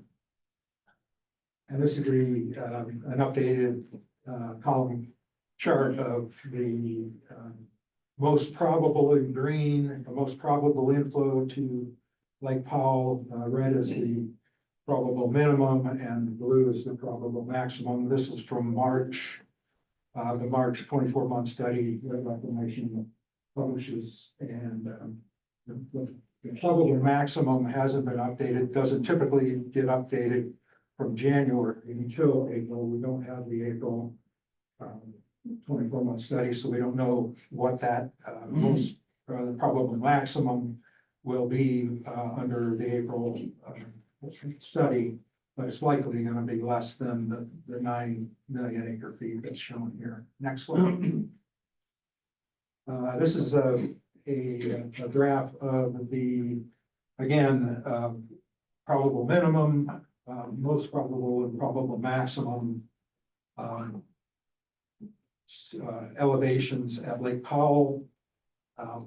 The probable maximum inflow dictates the blue dotted line. And under that scenario, we have a 9 million acre foot release from Powell in 2026. This year, the anticipation is, or realization is that the release will be, for all scenarios, will be 7.48 million acre feet. So you can see the variance in terms of the inflow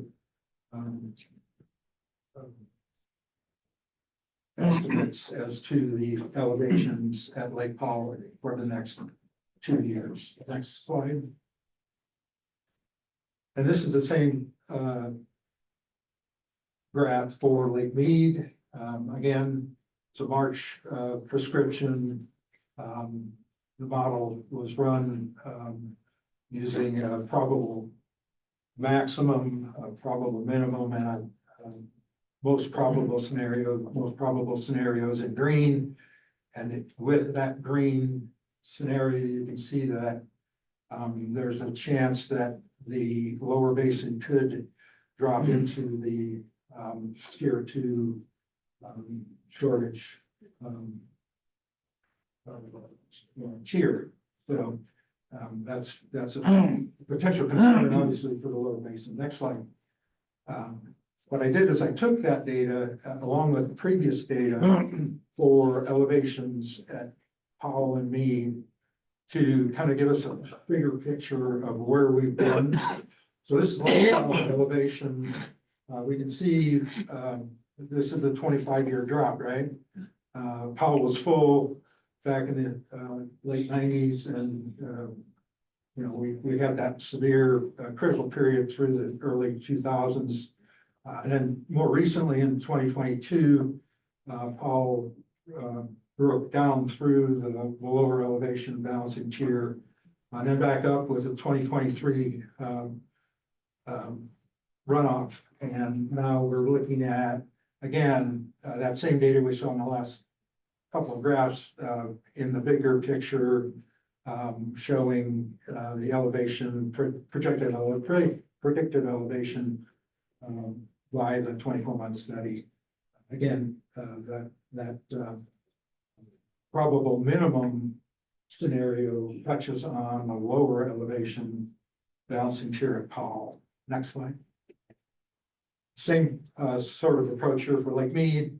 Again, full back in the late 1990s, and then they actually, the elevation dipped into the tier 2 shortage elevation for just briefly for about a year, and then back up into the tier 1 shortage, which is where we have been now since 2022.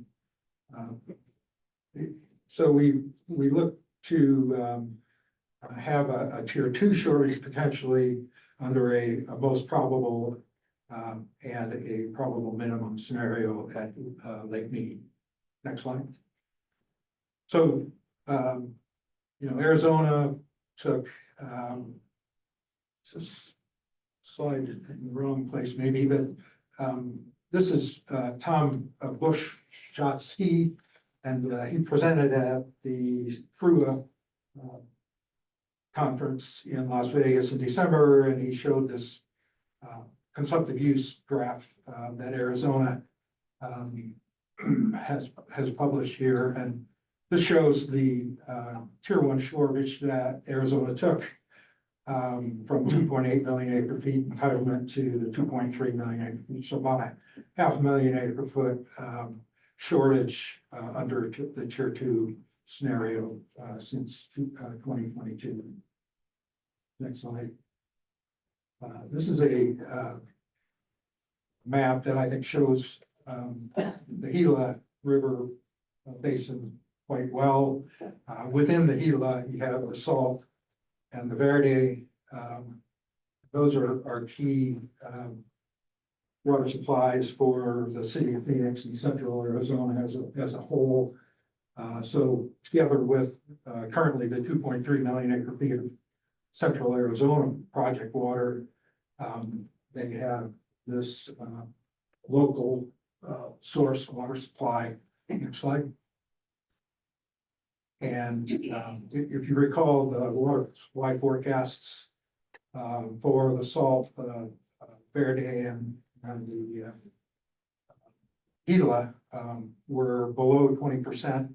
Was the forecast inflows at those nodes. Those nodes happen to be at reservoirs. The Roosevelt Reservoir there in the center is kind of where I'm going here as far as the operation of that reservoir and its key component, the Salt and the Verde to the city of Phoenix's water supply.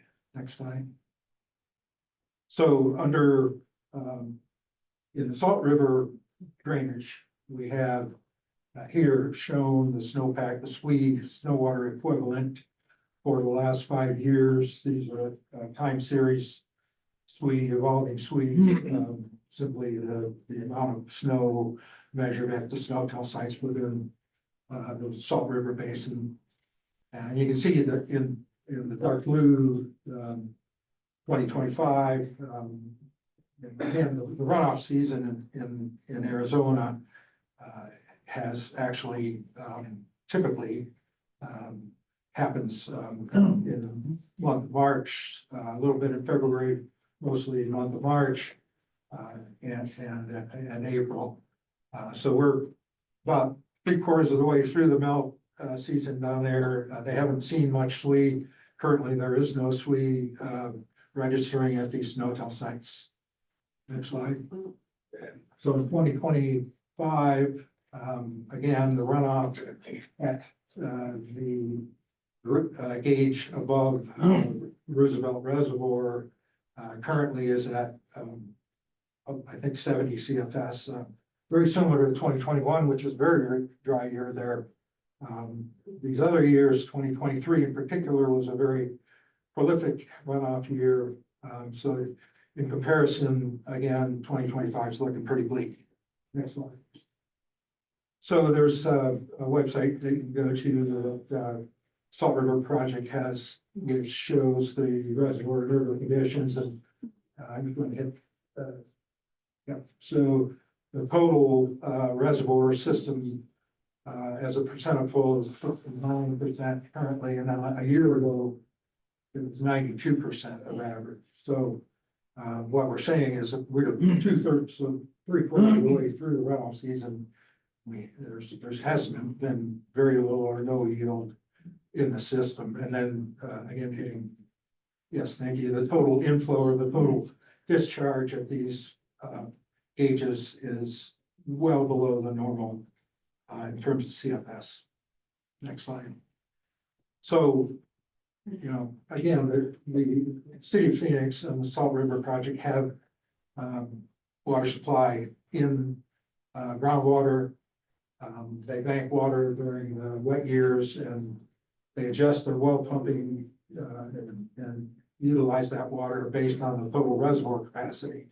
So they have this built-in drought resiliency with respect to groundwater supplies. And then they've also been able to, through regulators, lengthen the retention time in Roosevelt Dam for a good, a large volume that they then can use.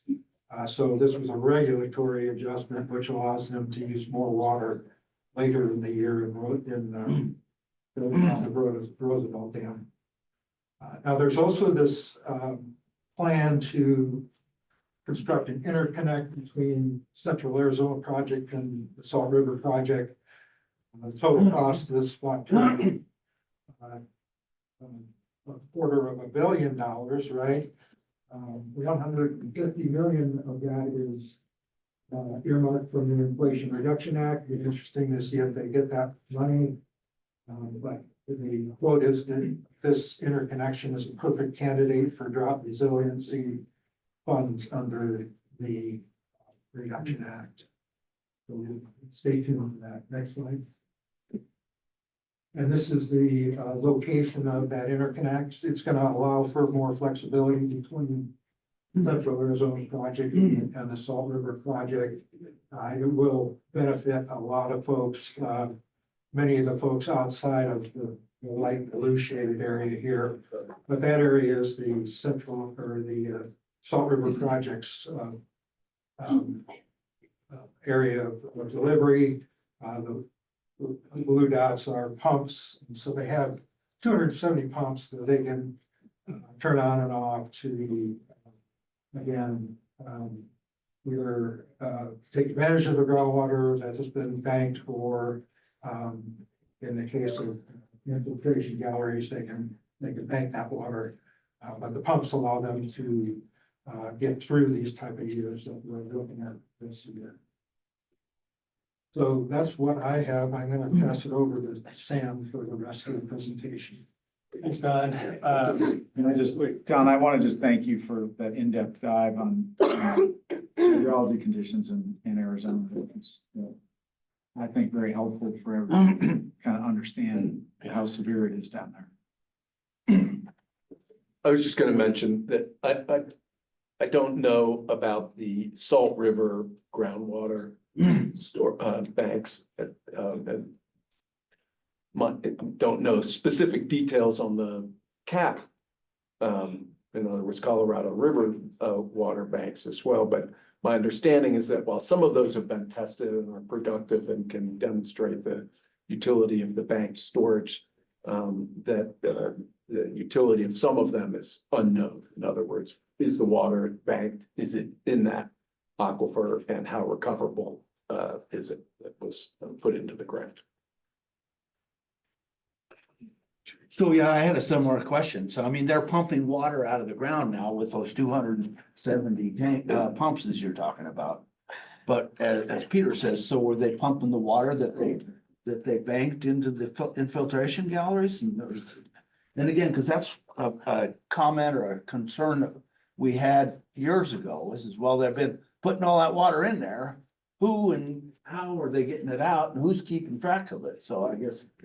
Well, I don't have enough familiarity probably to make a, judgment or a statement. I'm sure Peter's concerns are valid, right? You're infiltrating this water, either local, local runoff or the CAP water. Obviously, Central Arizona water is more important to us. But there's that potential, I think, for intermingling of the water. I don't know in the aquifers. I'm not familiar enough, but I know that we've had some stuff for a while. Thank you. All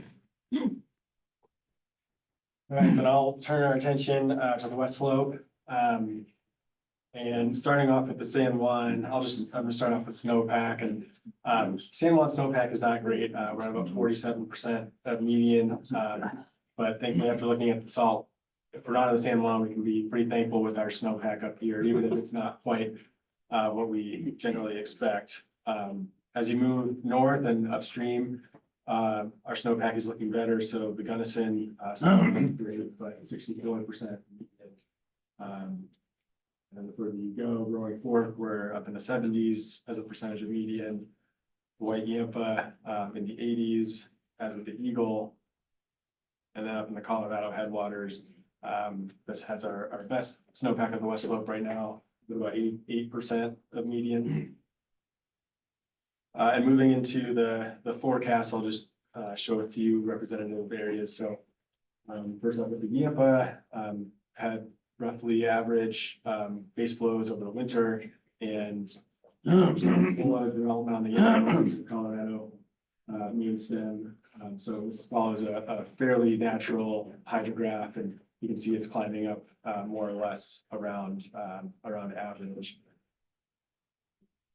At Kremling, on the other hand, you can see some operations coming into play. So our base flow of the winter was below average, and then you can see all came up, or excuse me, you can see Grand Valley irrigation operations starting up in early April. So that's that kind of weird plateau that you see. It doesn't look like a natural storm runoff hydrograph.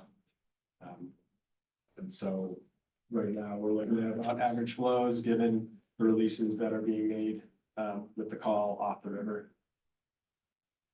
Cameo has also been a bit below average over the winter. Now getting a little closer to average, but we're looking at a cold spell that's likely to slow down our runoff next weekend with some colder weather. And then again, back down to the Gunnison, where things don't look quite as rosy, getting down to that 90 to 75% exceedance range at the end of the 10-day forecast. And then the worst of all, Bluff, thankfully we don't have to worry about as much in this room, but pretty historically low inflow this year as runoff. Moving up to Colorado River District assets, starting with Wolford, This is the current snowpack at the basin that flows into the reservoir. We're looking pretty good still at about 94% of median. That's not entirely translating into our inflow forecast, so we're at about 77% of average. 40,000 acre feet expected for the April through July period. And so this is sort of a rough model of what we expect operations to be this season, given that 77% of average inflow forecast. That's still plenty to fill the reservoir, even, we still have plenty of margin. I think we're about 12,000, 13,000 feet, acre feet down to full right now. So we should have plenty of inflow to fill and spill. Looking like that'll be in late May this year. And then we do anticipate participating in cross, assuming that by the time that time comes, we still have some inflow left in the tank to refill when cross operations are completed. And then we're not expecting substitution this year. So this models but basically a standard kind of average year set of releases through the irrigation season and late summer. Moving up to the Yampa and getting into Elkhead. The Yampa at Maybell currently has about 91% of median snowpack. That's expected to translate to about 89% of average inflow. As you go up to Elkhead, a little further up the basin, you see a drop of about 10% in that expected inflow to 78% of average. Again, that's 55,000 acre feet, which is far more than we need to fill Elkhead. I think we're down to about 6,000 or 7,000 acre feet right now. Yeah, no question, most years that we can fill Elkhead. But this is our proposed operations for this season with that expected inflow. So we should again spill in late May or possibly early May, similar to Wolford. And then we're not expecting anything drastic this season. And again, just want to point out in the next 7 days, we are looking to see a little bit of precipitation finally. Next weekend, we should have snow on the west slope, which should bump those kind of scary dropping sweet plots. Should bump those up a little bit, and we'll see that snow back a little longer. One last thing we wanted to touch on briefly was the fill of Chimney Hollow. So Chimney Hollow, the Windy Gap firming project, is expected to start filling this year. So this is east slope storage for Windy Gap pumping. Has a capacity of about 90,000 acre feet with a firm yield of about 30,000 acre feet. So they typically will fill in the fall and winter and normal operations to use excess capacity in the Adams Tunnel when Windy Gap can't pump. They have agreed not to expand the CBT water rates with this project. So they've said that they'll release water to keep CBT storage below what can fit in Granby. So we're gonna keep a close eye on that and monitor to make sure that they're not getting extra water out of this from the west slope. This spring, as in all springs, Windy Gap will be pumping into Granby.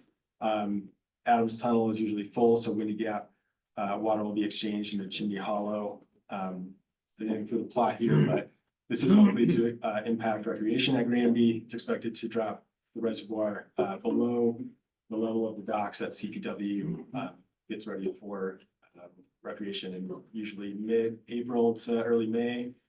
So Northern, I think, is going to look at that and maybe reevaluate what they do to try to mitigate that impact. I guess I would say they're expecting to fill, I think, to about 50,000 acre feet by this fall, fill Chimney Hollow, so a little over half. But that's all we have. If anyone has questions. That's a relief. That's all you have. Yeah.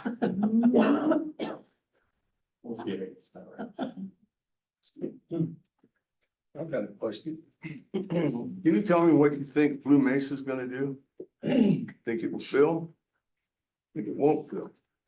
It's a good question. Yeah, I don't know. We don't have any intel on that, runoff forecast is I think they, 80% of average perhaps. yeah, I think what I was seeing is 86%. Right. a full. How come we don't have a report on those reservoirs? Yeah, just add those in. Make that a regular part of this presentation. That'd be nice. About 35,000 acre feet before we would drop from the average year into a dry year, so it'll be interesting to see from the last asthma ops meeting what happened. It's not anticipation this year, they normally drop a significant amount. We're gonna be short, progress, pretty sure. Okay, thank you. Just real quick question, so probably Andy, questions for you. If we're releasing 7.4 out of, so how does that do for our 75/10? And we are under the understanding that we were pushing that without even having the conversation about using the depletion of, but we're not, and so.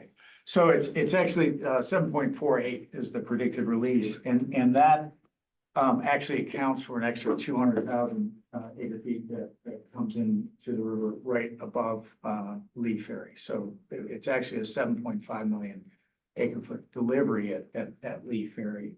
And that's so it should, if releases stayed at 7.48, it would mean that we would anticipate a continuing to meet 75 million over 10. I'm running 10-year average. Right. But if you look at some of the model proposals, like the Upper Basin proposal, and I might add the federal, what they call the federal hybrid proposal, it actually dropped releases in some years in out of Lake Powell down to 6 million. And right now, I want to say that the NEPA only modeled for the 07 guidelines, it only modeled it down to 7 million acre feet. So they're talking about having a floor of 1 million acre feet lower because of the changing hydrology. If inherently, if you prop up the levels of Powell by withholding more water in a series of bad hydrologic years, and then yes, you will drive that 10-year average down. Right. And you do run the risk of at some point violating that 75 million over 10. It is still, just to be clear, the compact is still a non-depletion obligation, even at 75 million over 10. So it's we shall not cause the river to be depleted below 75 million over 10. So the question, as Peter said, is that us or is that climate change? Well, the numbers themselves will be what they are. The numbers are. So is the lower basin agreed to the shall not cause? Oh, no. That's what I was gonna say. Well, I mean, they agreed and that words are in there in the They don't compact. agree to We don't what? agree what they mean. That's what. Okay, we have a disagreement over the meaning that goes in. Okay, thank you. I'm sorry.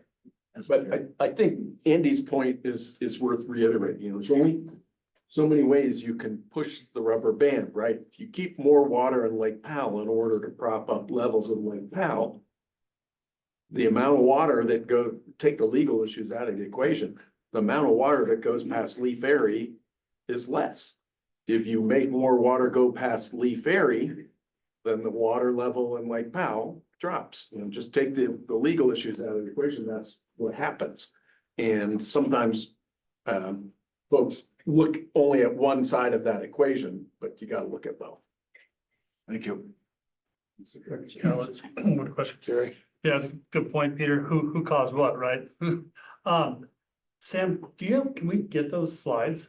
You Oh, yeah. send us those? Yeah, that'd be A lot of folks ask about what's gonna happen, especially this time of year, and we have a lot of questions about snow water equivalency and how the forecast center, all the data that goes into it, and how do we add more data points, and this will be a good discussion. So, yeah, appreciate that. Just to complicate things, another little factor is that while the Bureau sets, based on the existing guidelines, the releases from Lake Powell, there is infiltration from the sandstone walls of the canyons from Lake Powell that infiltrates below the outfall of Lake Powell that gets into the river before we vary. That's a component of some of the water. That goes in, but there's also Brian. Yeah, Pariah, sorry, Perea, that's well, I just forget the name of that little tributary. Speaking of hydrology, dinner starts at 6 at the Colorado, at the Hotel Colorado. I believe, those board members who are staying in town are at the, what was formerly known as the Denver, Hotel Denver, now the Maxwell Anderson. Hotel Colorado is an easy walk right across the pedestrian bridge to the Hotel Denver, Hotel Maxwell Anderson. Dinner starts at 6. You might find a few employees at the bar before that, so it's right next door, and that's where we'll get a little wetter. But thank you. We're gonna pick up tomorrow morning. I do want to just let the board know for planning purposes. Unfortunately, from a substance perspective, Katie Walton Day, the USGS hydrologist, was who was scheduled to present, is unable to do so tomorrow. The levels of clearance required at the USGS were not able to get it cleared by the time she wanted to travel. So, and apparently that also includes travel virtually, Zoom. So she's not able to do that either. So we hopefully we'll be out of here. I'm going to curse us, I'm sure, by noon tomorrow, not 12:30. But we'll see how that might. You bring in Dredge. I know Dredge and Phil is going to be a long conversation. Rebecca is going to rest well tonight.